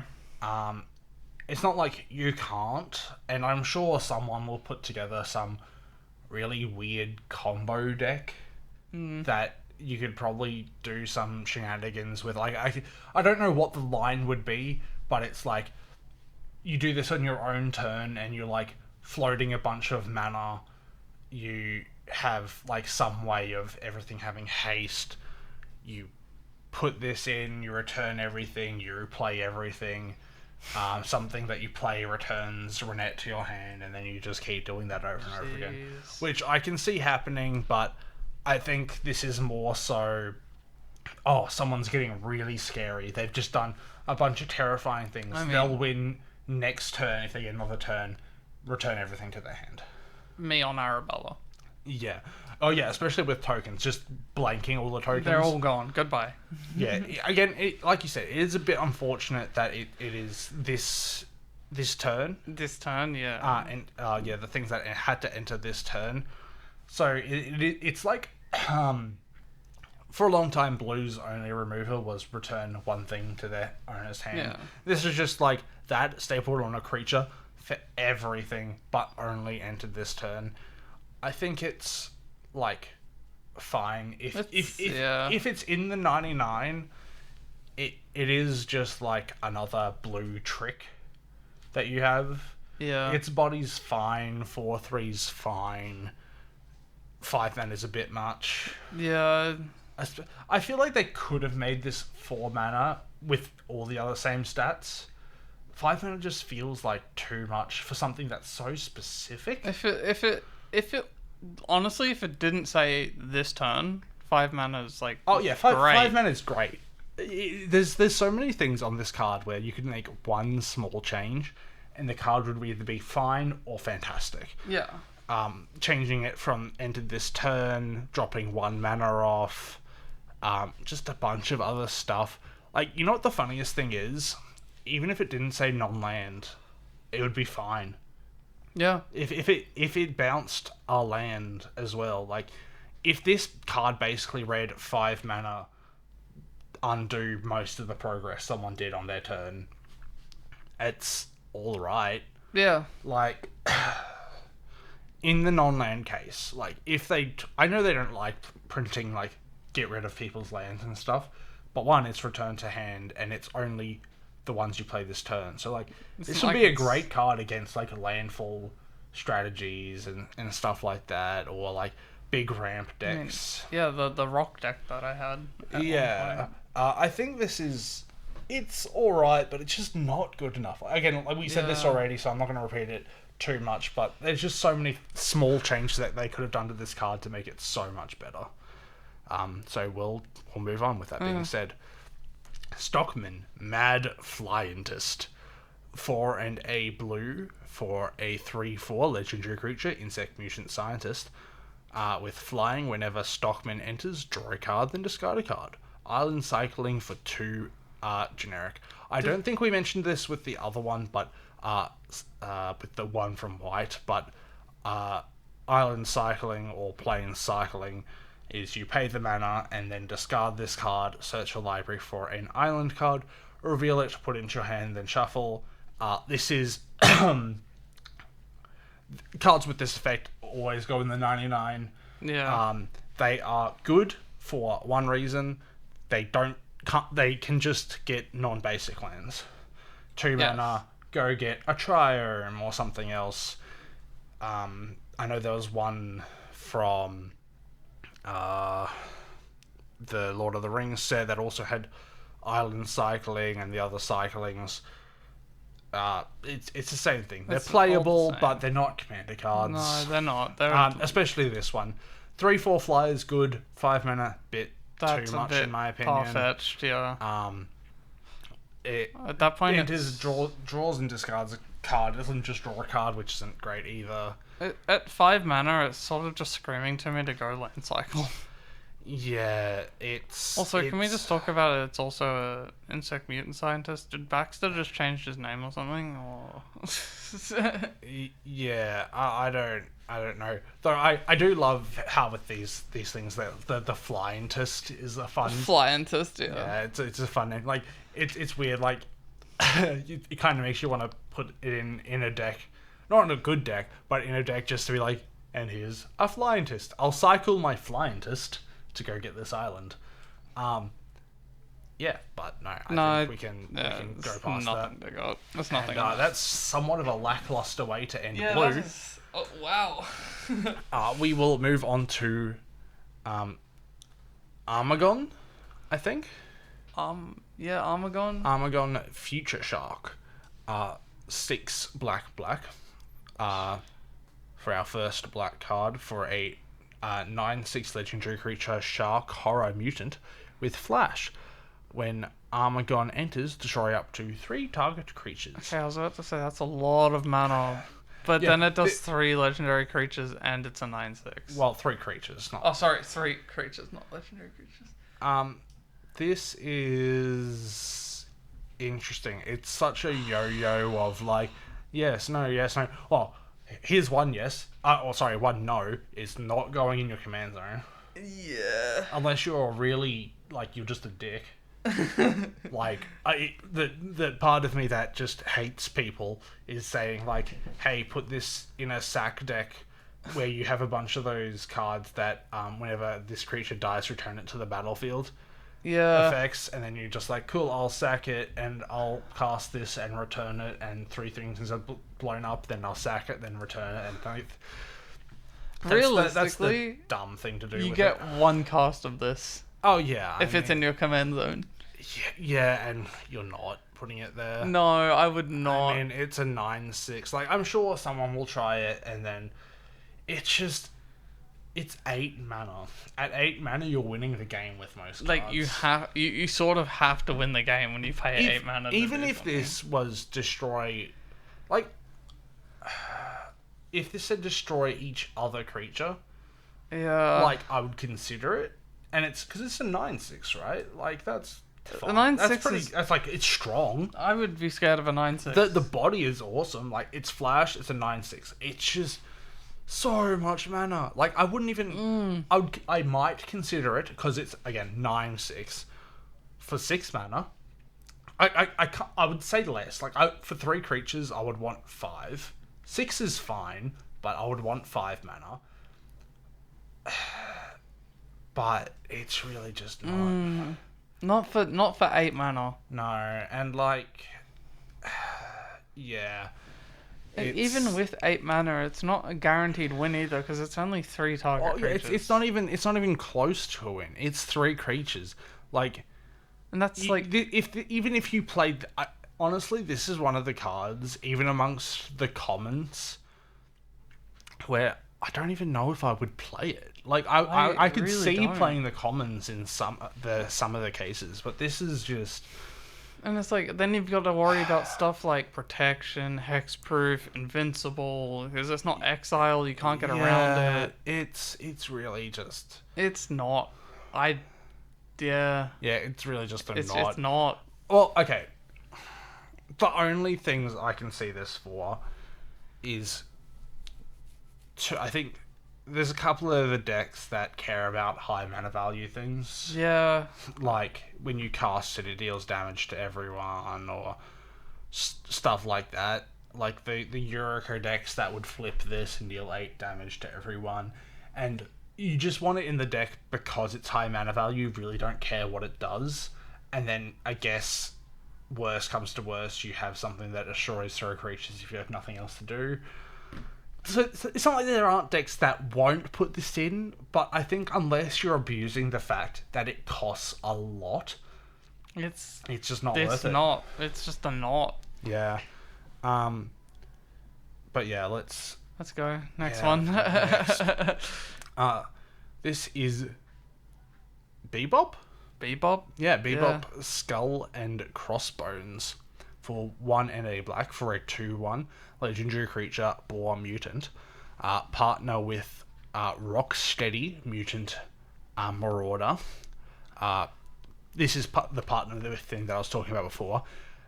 When this creature enters, target player may put Rocksteady into their hand from their library, then shuffle. So I think that basically confirms that the other partner mechanic that we saw earlier, isn't one of the search ones, because I'm pretty sure then you would have that reminder text. Yeah. But that being said, the rest of the cards, so Death Touch, whenever Bebop deals combat damage to a player, you may draw X cards, where X is the number of counters on Bebop. If you do, you lose X life. So I would imagine Rocksteady, probably a green card, Probably green. and puts counters on things. Marauder, it sounds like red or white to me, but there was no white Marauders. Well, yeah, but like, I'm assuming counters because this cares about counters and it has no way of doing counter things. Yeah. So by itself, if we're not evaluating it off whatever Rocksteady does, so when this card deals combat damage to a player, you draw, in this case, 2 cards, where X is the number of... Oh, wait, no, it's number of counters on it. So it doesn't do nothing. anything. It does nothing unless you have the other thing. So yeah, no, I imagine this has to be a... This is a... come back to it later type thing. Yeah, well, we might evaluate this in better in... I'm presuming this is a green card, so we'll come back to it in part 2 when we get to green. But this is not good at the moment. At the moment, it does literally nothing but Death Touch. Yeah, we should say this is part of the Commander deck, in which case it seems fine in the deck because, again, this set is a lot of 1/1 counters, mutagen tokens. There's ways to do it.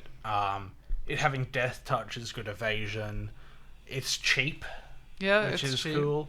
But I think just going off base, If we're not comparing stuff right now, it's kind of just pointless. Yeah, it's not a good card. If it was at the very least, it's power and not counters.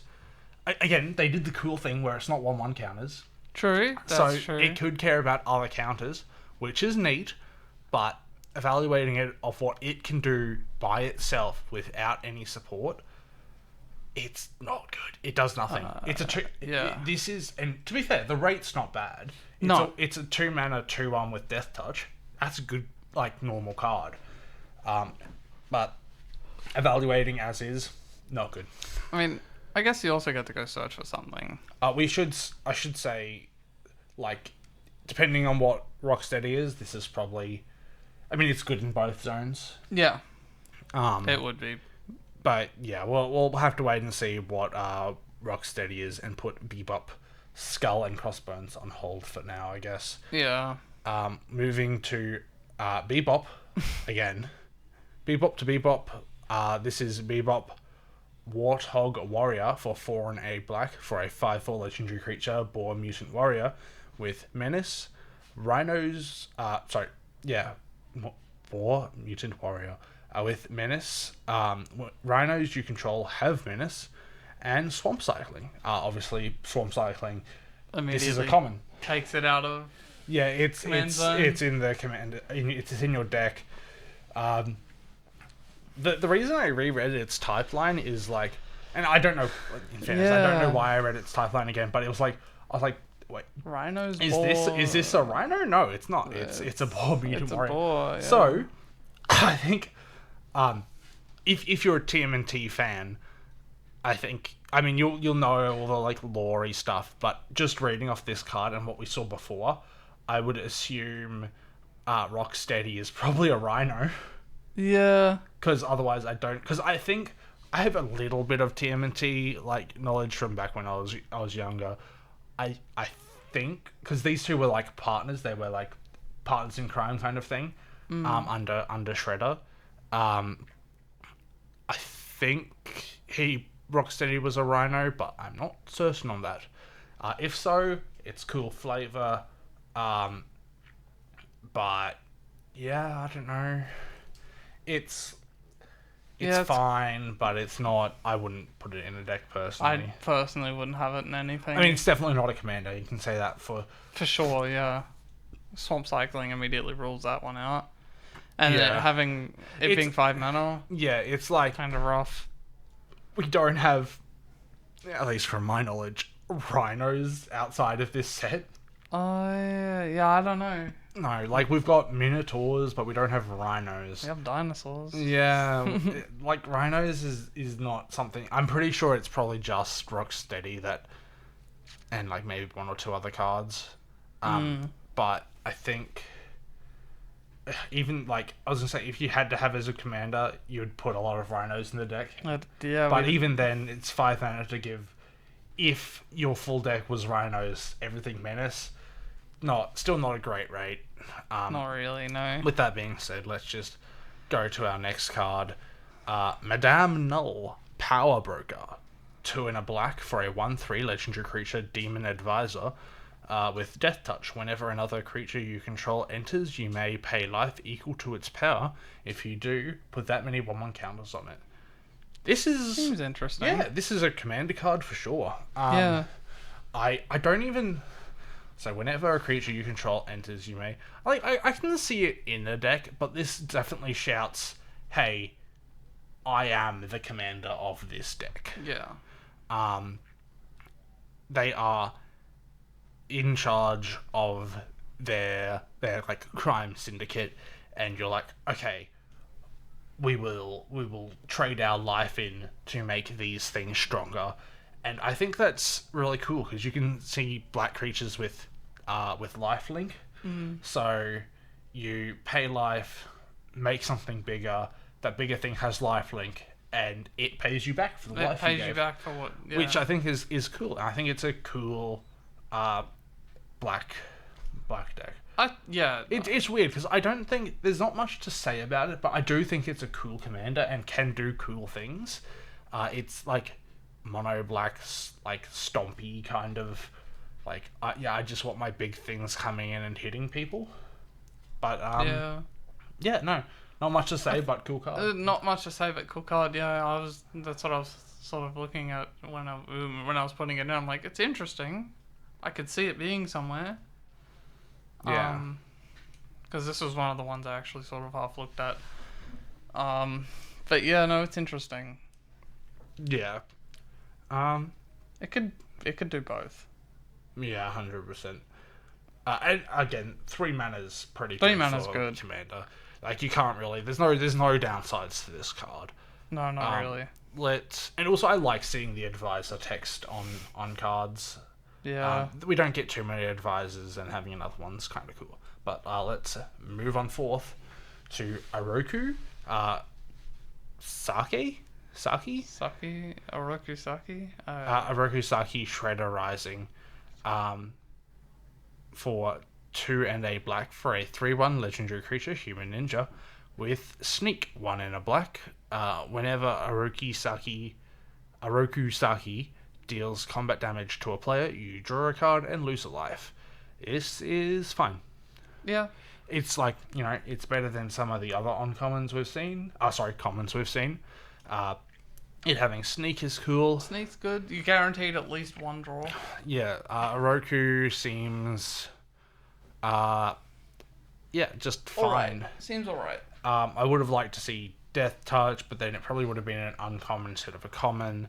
It being a 3/1, I think makes people want to block it more. Yeah. I mean, you don't want to trade, but like also getting in being on the opposing side and being like, okay, so what? You're hitting me for 3, so I'm taking a decent amount of damage for this card, and also you drawing a card and losing a life. I'd rather just trade and get rid of this thing as soon as possible. Throw my 3/3 beast that you destroyed my other thing with. Yeah, or just like chuck a token in front of it. I think I would have preferred seeing it. They've done similar cards to this before where they're 3/1s or something similar. I think I preferred that, honestly. Yeah. But yeah, there's not much to say about it. I think if you want to have some of these cards in your deck, then it's a fine effect. It's not bad. More draw. The sneak is always good. It's 3 mana normally. Yeah, it's fine. It's not bad. But we'll move on. This is Rat King Pale Piper for 3 and a black for a 3/3 legendary creature, Rat Advisor. Oh, sorry, not Advisor. Rat Avatar. Close enough. Yeah, sure. Advisor to rats. Anyway, Rat Avatar with Menace. Whenever Rat King or another non-token creature you control leaves the battlefield, create a 1/1 black rat creature token. Pay 2, sacrifice a token, draw a card. Okay, that's not bad, honestly. Yeah. I see places where it could work. Yeah, I see this. I can't remember if it is this card or because I'm pretty sure Rat King has another card. But as I think the people who play these decks know, this is a rat colony card. Oh yeah. Yeah, so any number of cards named Rat Colony in your deck. I think there's the other Rat King because I'm pretty sure he's another card. He would have to be in another card. Yeah, I think I saw him when I was putting the thumbnail together. These cards scream, hey, out of all the cards that aren't Rat Colony, I want to be one of them. I want to. It can definitely be your commander. I think it's cool. If someone kills, or if you kill one of your Rat Colonies, you get another rat, which is cool. I mean, you're going to be sacrificing them. You're going to be killing them to draw cards anyways, so... Yeah, well, I mean, yes, but not by this card, because this says sacrifice a token. Which is actually interesting, because, I mean, I would have thought maybe it would say sacrifice a rat and draw a card, but it's saying sacrifice a token is a bit interesting, because it doesn't care if it's a creature token or not. No, you could... So, I mean, I am enjoying how in this set, even though I'm not a huge fan of UB in general, how they're exploring being a bit more open with the wording of these cards. Yeah. It's like, it's not 1/1 counter, it's counter. It's not sacrifice a creature token, it's sacrifice a token, which is cool. That's cool. And so I think it's fine. I think it probably more so... It definitely... I mean, there's loops with this card that you could make, and I think it can go in either slot, and it does the same role in either slot. It makes you tokens for sacrificing your other things or other people blowing up your other stuff. I think it's fine. I think it's fine, honestly. And we should also mention, once again, this is from the Commander deck. Makes sense. Yeah. This Commander deck is seeming to be, since we only have one this time around, it's seeming to be a bit of a mishmash of a lot of other things. I haven't actually, since we only go in and get the legendary creatures for these reviews, I haven't actually had a look at the full set for the full deck list that I'm definitely going to do after this, because this is making me really curious about what this deck actually Even I'm plays curious. like. I'm like, what does it do? Yeah, because it's like a bunch of like, I imagine...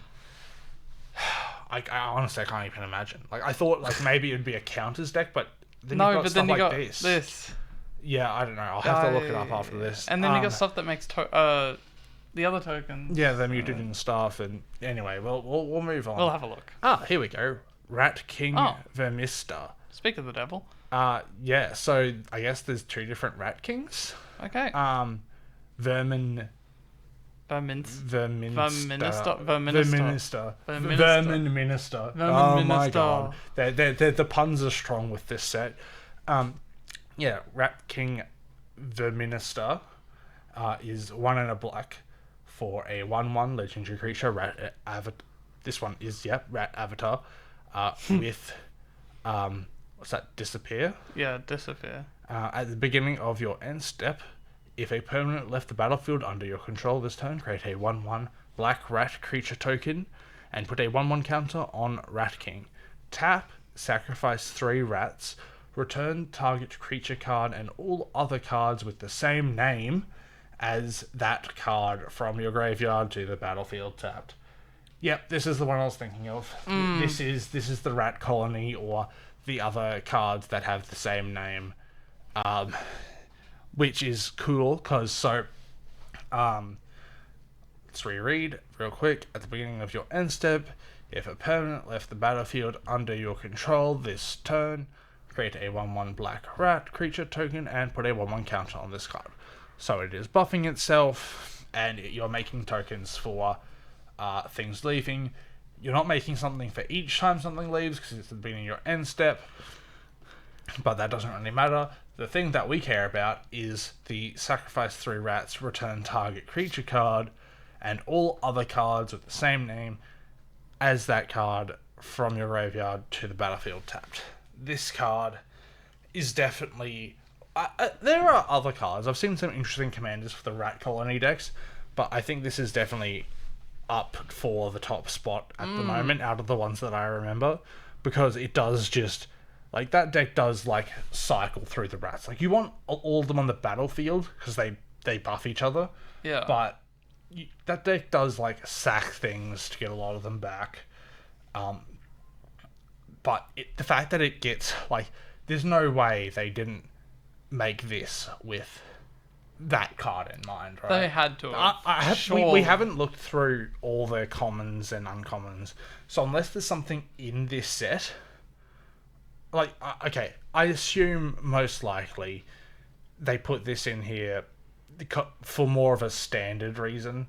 So, like, you get, like, some of your other cards with the same name back and so on and so forth, which is fine. But I think in Commander specifically, this is nuts. I mean, it's not in the Commander deck, so... yeah, this is... but yeah, this is, like, it's 2 mana, and it's a 1/1, but that's fine. But it's got, like, all these awesome words on it. Yeah. It's taking you in one direction, and it's like, yes, this is what we want to do.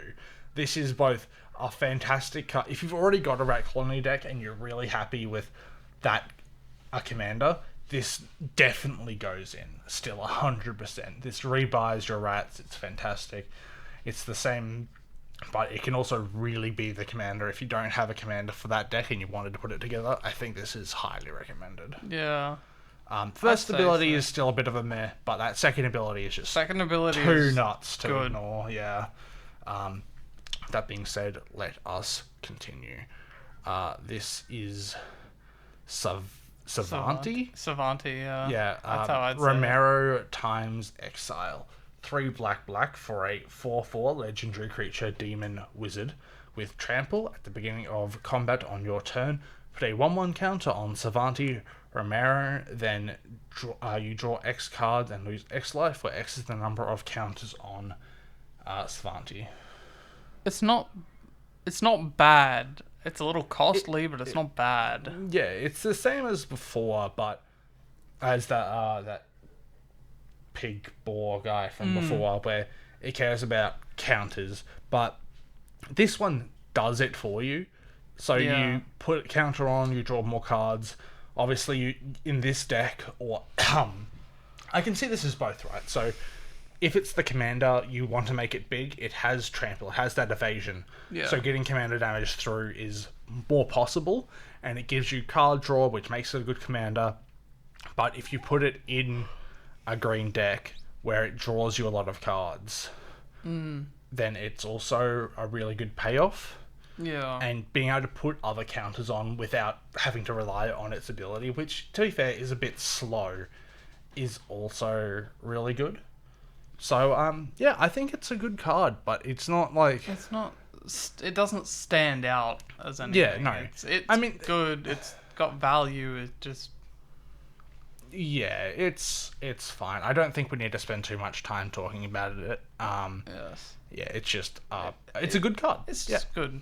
Let's move on to Shark Shredder Killer Clone.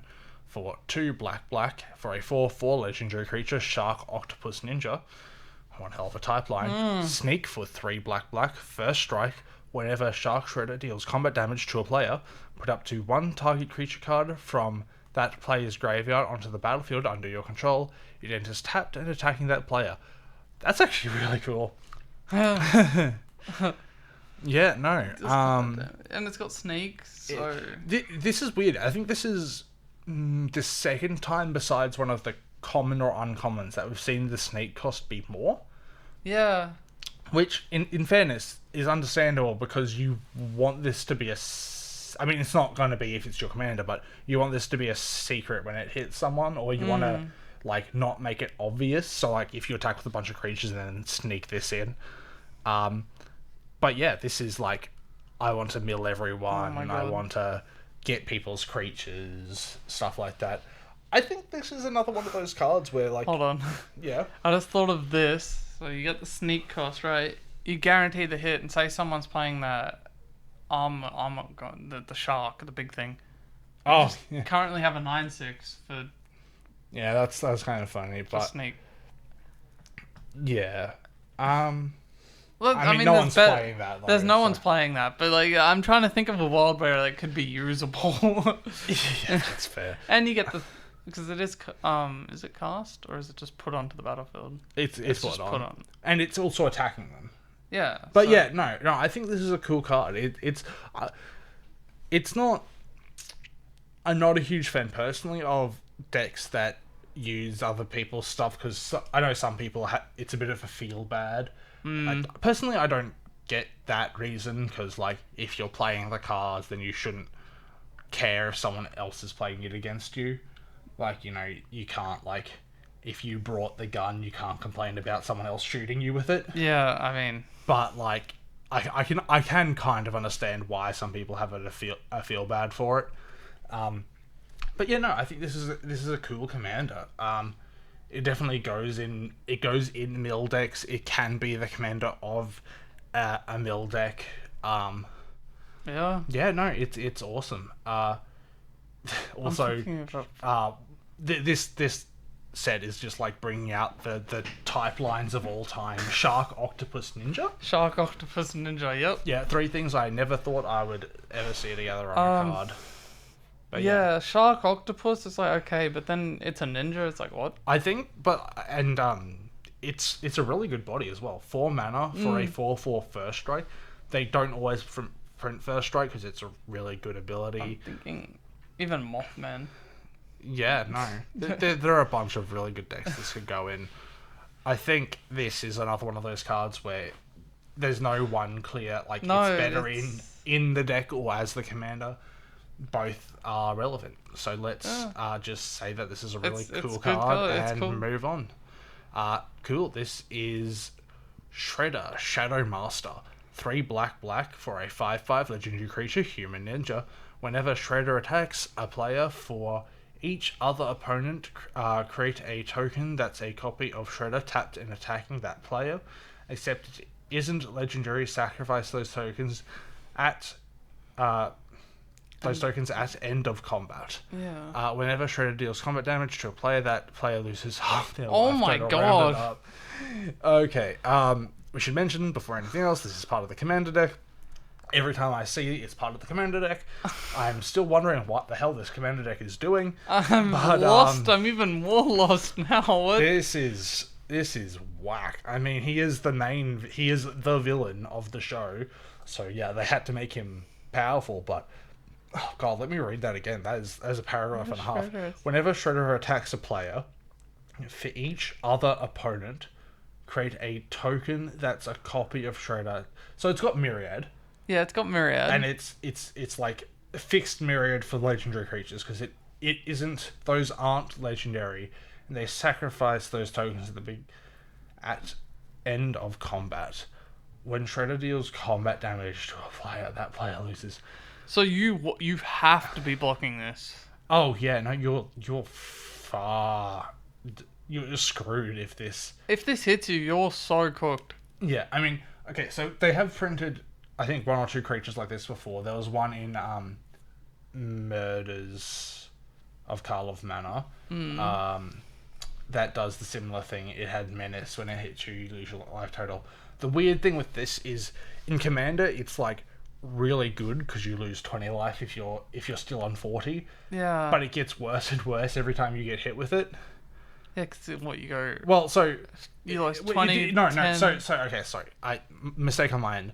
You don't lose 20 because you get hit with it first. So you go down to 35.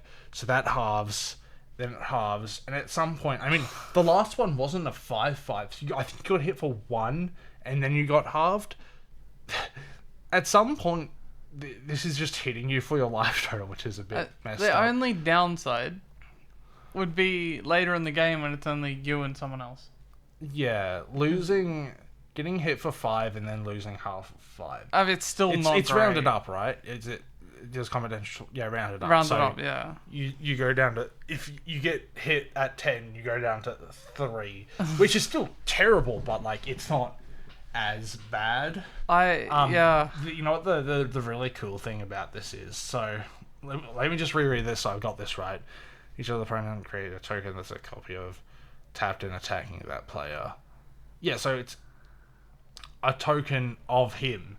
So the intention behind that obviously is whenever when it deals combat damage bit, right? But it still has the above text whenever Shredder attacks a player. So the tokens could technically make more tokens if they got another chance to attack. So even though this is an awesome commander and, well, scary as all hell, I think this card's actually like the bomb in I can't remember what the color combination is. The red, black, and white decks that care about tokens. The ones that we got from. I'll try to remember to put the card up. I don't know what it's called at the moment, and I don't want to look it red, up white, right and now. black, and I was like, Edgar? Yeah. So no. So No. in the Dragonstorm, Tarkia Dragonstorm commander deck that we got a while ago, one of the cards that came out of that, either that deck or from that set, prevented you from sacrificing tokens. Oh. And like so there's two. So I think this goes in the red white black combat damage deck, but that deck now has so many tools because of Tarkia Dragonstorm that I mean, they had extra combats before. That's fine. That also wait, no, sacrifice those tokens at the end of combat. Okay, so never mind. Okay, I have to redo this because I jumped ahead a tiny bit. You got sidetracked. Yeah. Because those ones, I can't. There's definitely a card that prevents tokens from being sacrificed. I'm pretty certain of that. So that would work with this card. I think those other tokens got sacrificed at the end of turn, maybe. I didn't. It's not the color combination that I play the most, so I'm not too familiar with those cards. I am more in the field. I know what you're talking about. I just cannot remember the name. Yeah, we'll find one or two of the cards and chuck them up on screen so people can have a look at them. But I think this is... But basically the idea is if you get some way to stop it, like even if you have to end your own turn with the Sundial of the Infinite trick, yeah, having 3 of these with, you know, Commander Myriaders, I think we can label it, and then sending one of each of these other people, and then those each making a token, so each player has 3 of these monsters attacking them. And like if like realistically you do not want this to hit you. Yeah, no, with 3 of them that like just ends your life. You're dead. You're screwed. Goodbye. I mean, it's 5 mana, which is... It's weird, because for this effect, it's like both a lot, but also not enough. Yeah. Like, I think at 6 mana, we might be like, oh, it's a bit much. But no, 5 is... It's weird, because it also feels like, wow, this is like... It's good, but it's a bit cheap. And you're also, like, if you are doing the black, red, white thing, it's not like you don't have mana rocks and other ways of doing things. Yeah, but no, I think this is it's a good commander, but it's an even better in the 99 card, specifically for that deck. I think we can wholeheartedly say it's good and scary. Yeah, it's terrifying. I mean, it's Shredder. It has to be, right? Yeah. He is literally a legendary human ninja. Okay, moving on. Shredder, Unrelenting. 4 and a black for a 6/4 legendary creature, human ninja, with sneak for 3 and a black. He has Death Touch whenever Shredder enters or attacks. Another target creature you control gains Death Touch. We went from the highest of highs to the lowest of lows. This Shredder is mid. Is this the one they beat? Probably. He's unrelenting and does not want to go in any deck that I can think of. Yeah. It's like the sneak cost isn't low enough that I would consider putting him in for the Death Touch reasons. And I mean, in fairness, 4/5 for a 6/4 Death Touch is a good body. Most of these cards we can say that about. And if you're returning something with sneak, all the things we've said before, like rebuying value, 4 mana's pretty good for this body, all those other things. So 4 mana, the sneak, you need to return something that's unblocked, so you're guaranteed hitting something for 6. Yeah. And then you're guaranteed to kill something of someone else's because it's going to get Death Touch. Yeah, so if someone, the realistic case for this, it's not a commander. We can say that for certain. Yeah, I don't see it as a commander. Yeah, so the fact that it has the when it enters and not just the attacks trigger means that if you sneak in, you tag with 3 creatures, let's say, you sneak in one of the ones that weren't blocked. If the other 2 were blocked, this just turns into I'll kill 2 of your creatures. Because presumably the person's blocking because they can kill your creature, or they're blocking because it's going to be a bounce off or something like that. Yeah. Or they're going to die if they don't. Yeah. So this just turns him into removal. So I don't think he's terrible. No. In that specific scenario. But after that, it's just kind of mid. But I still think it's a fine card. It's alright.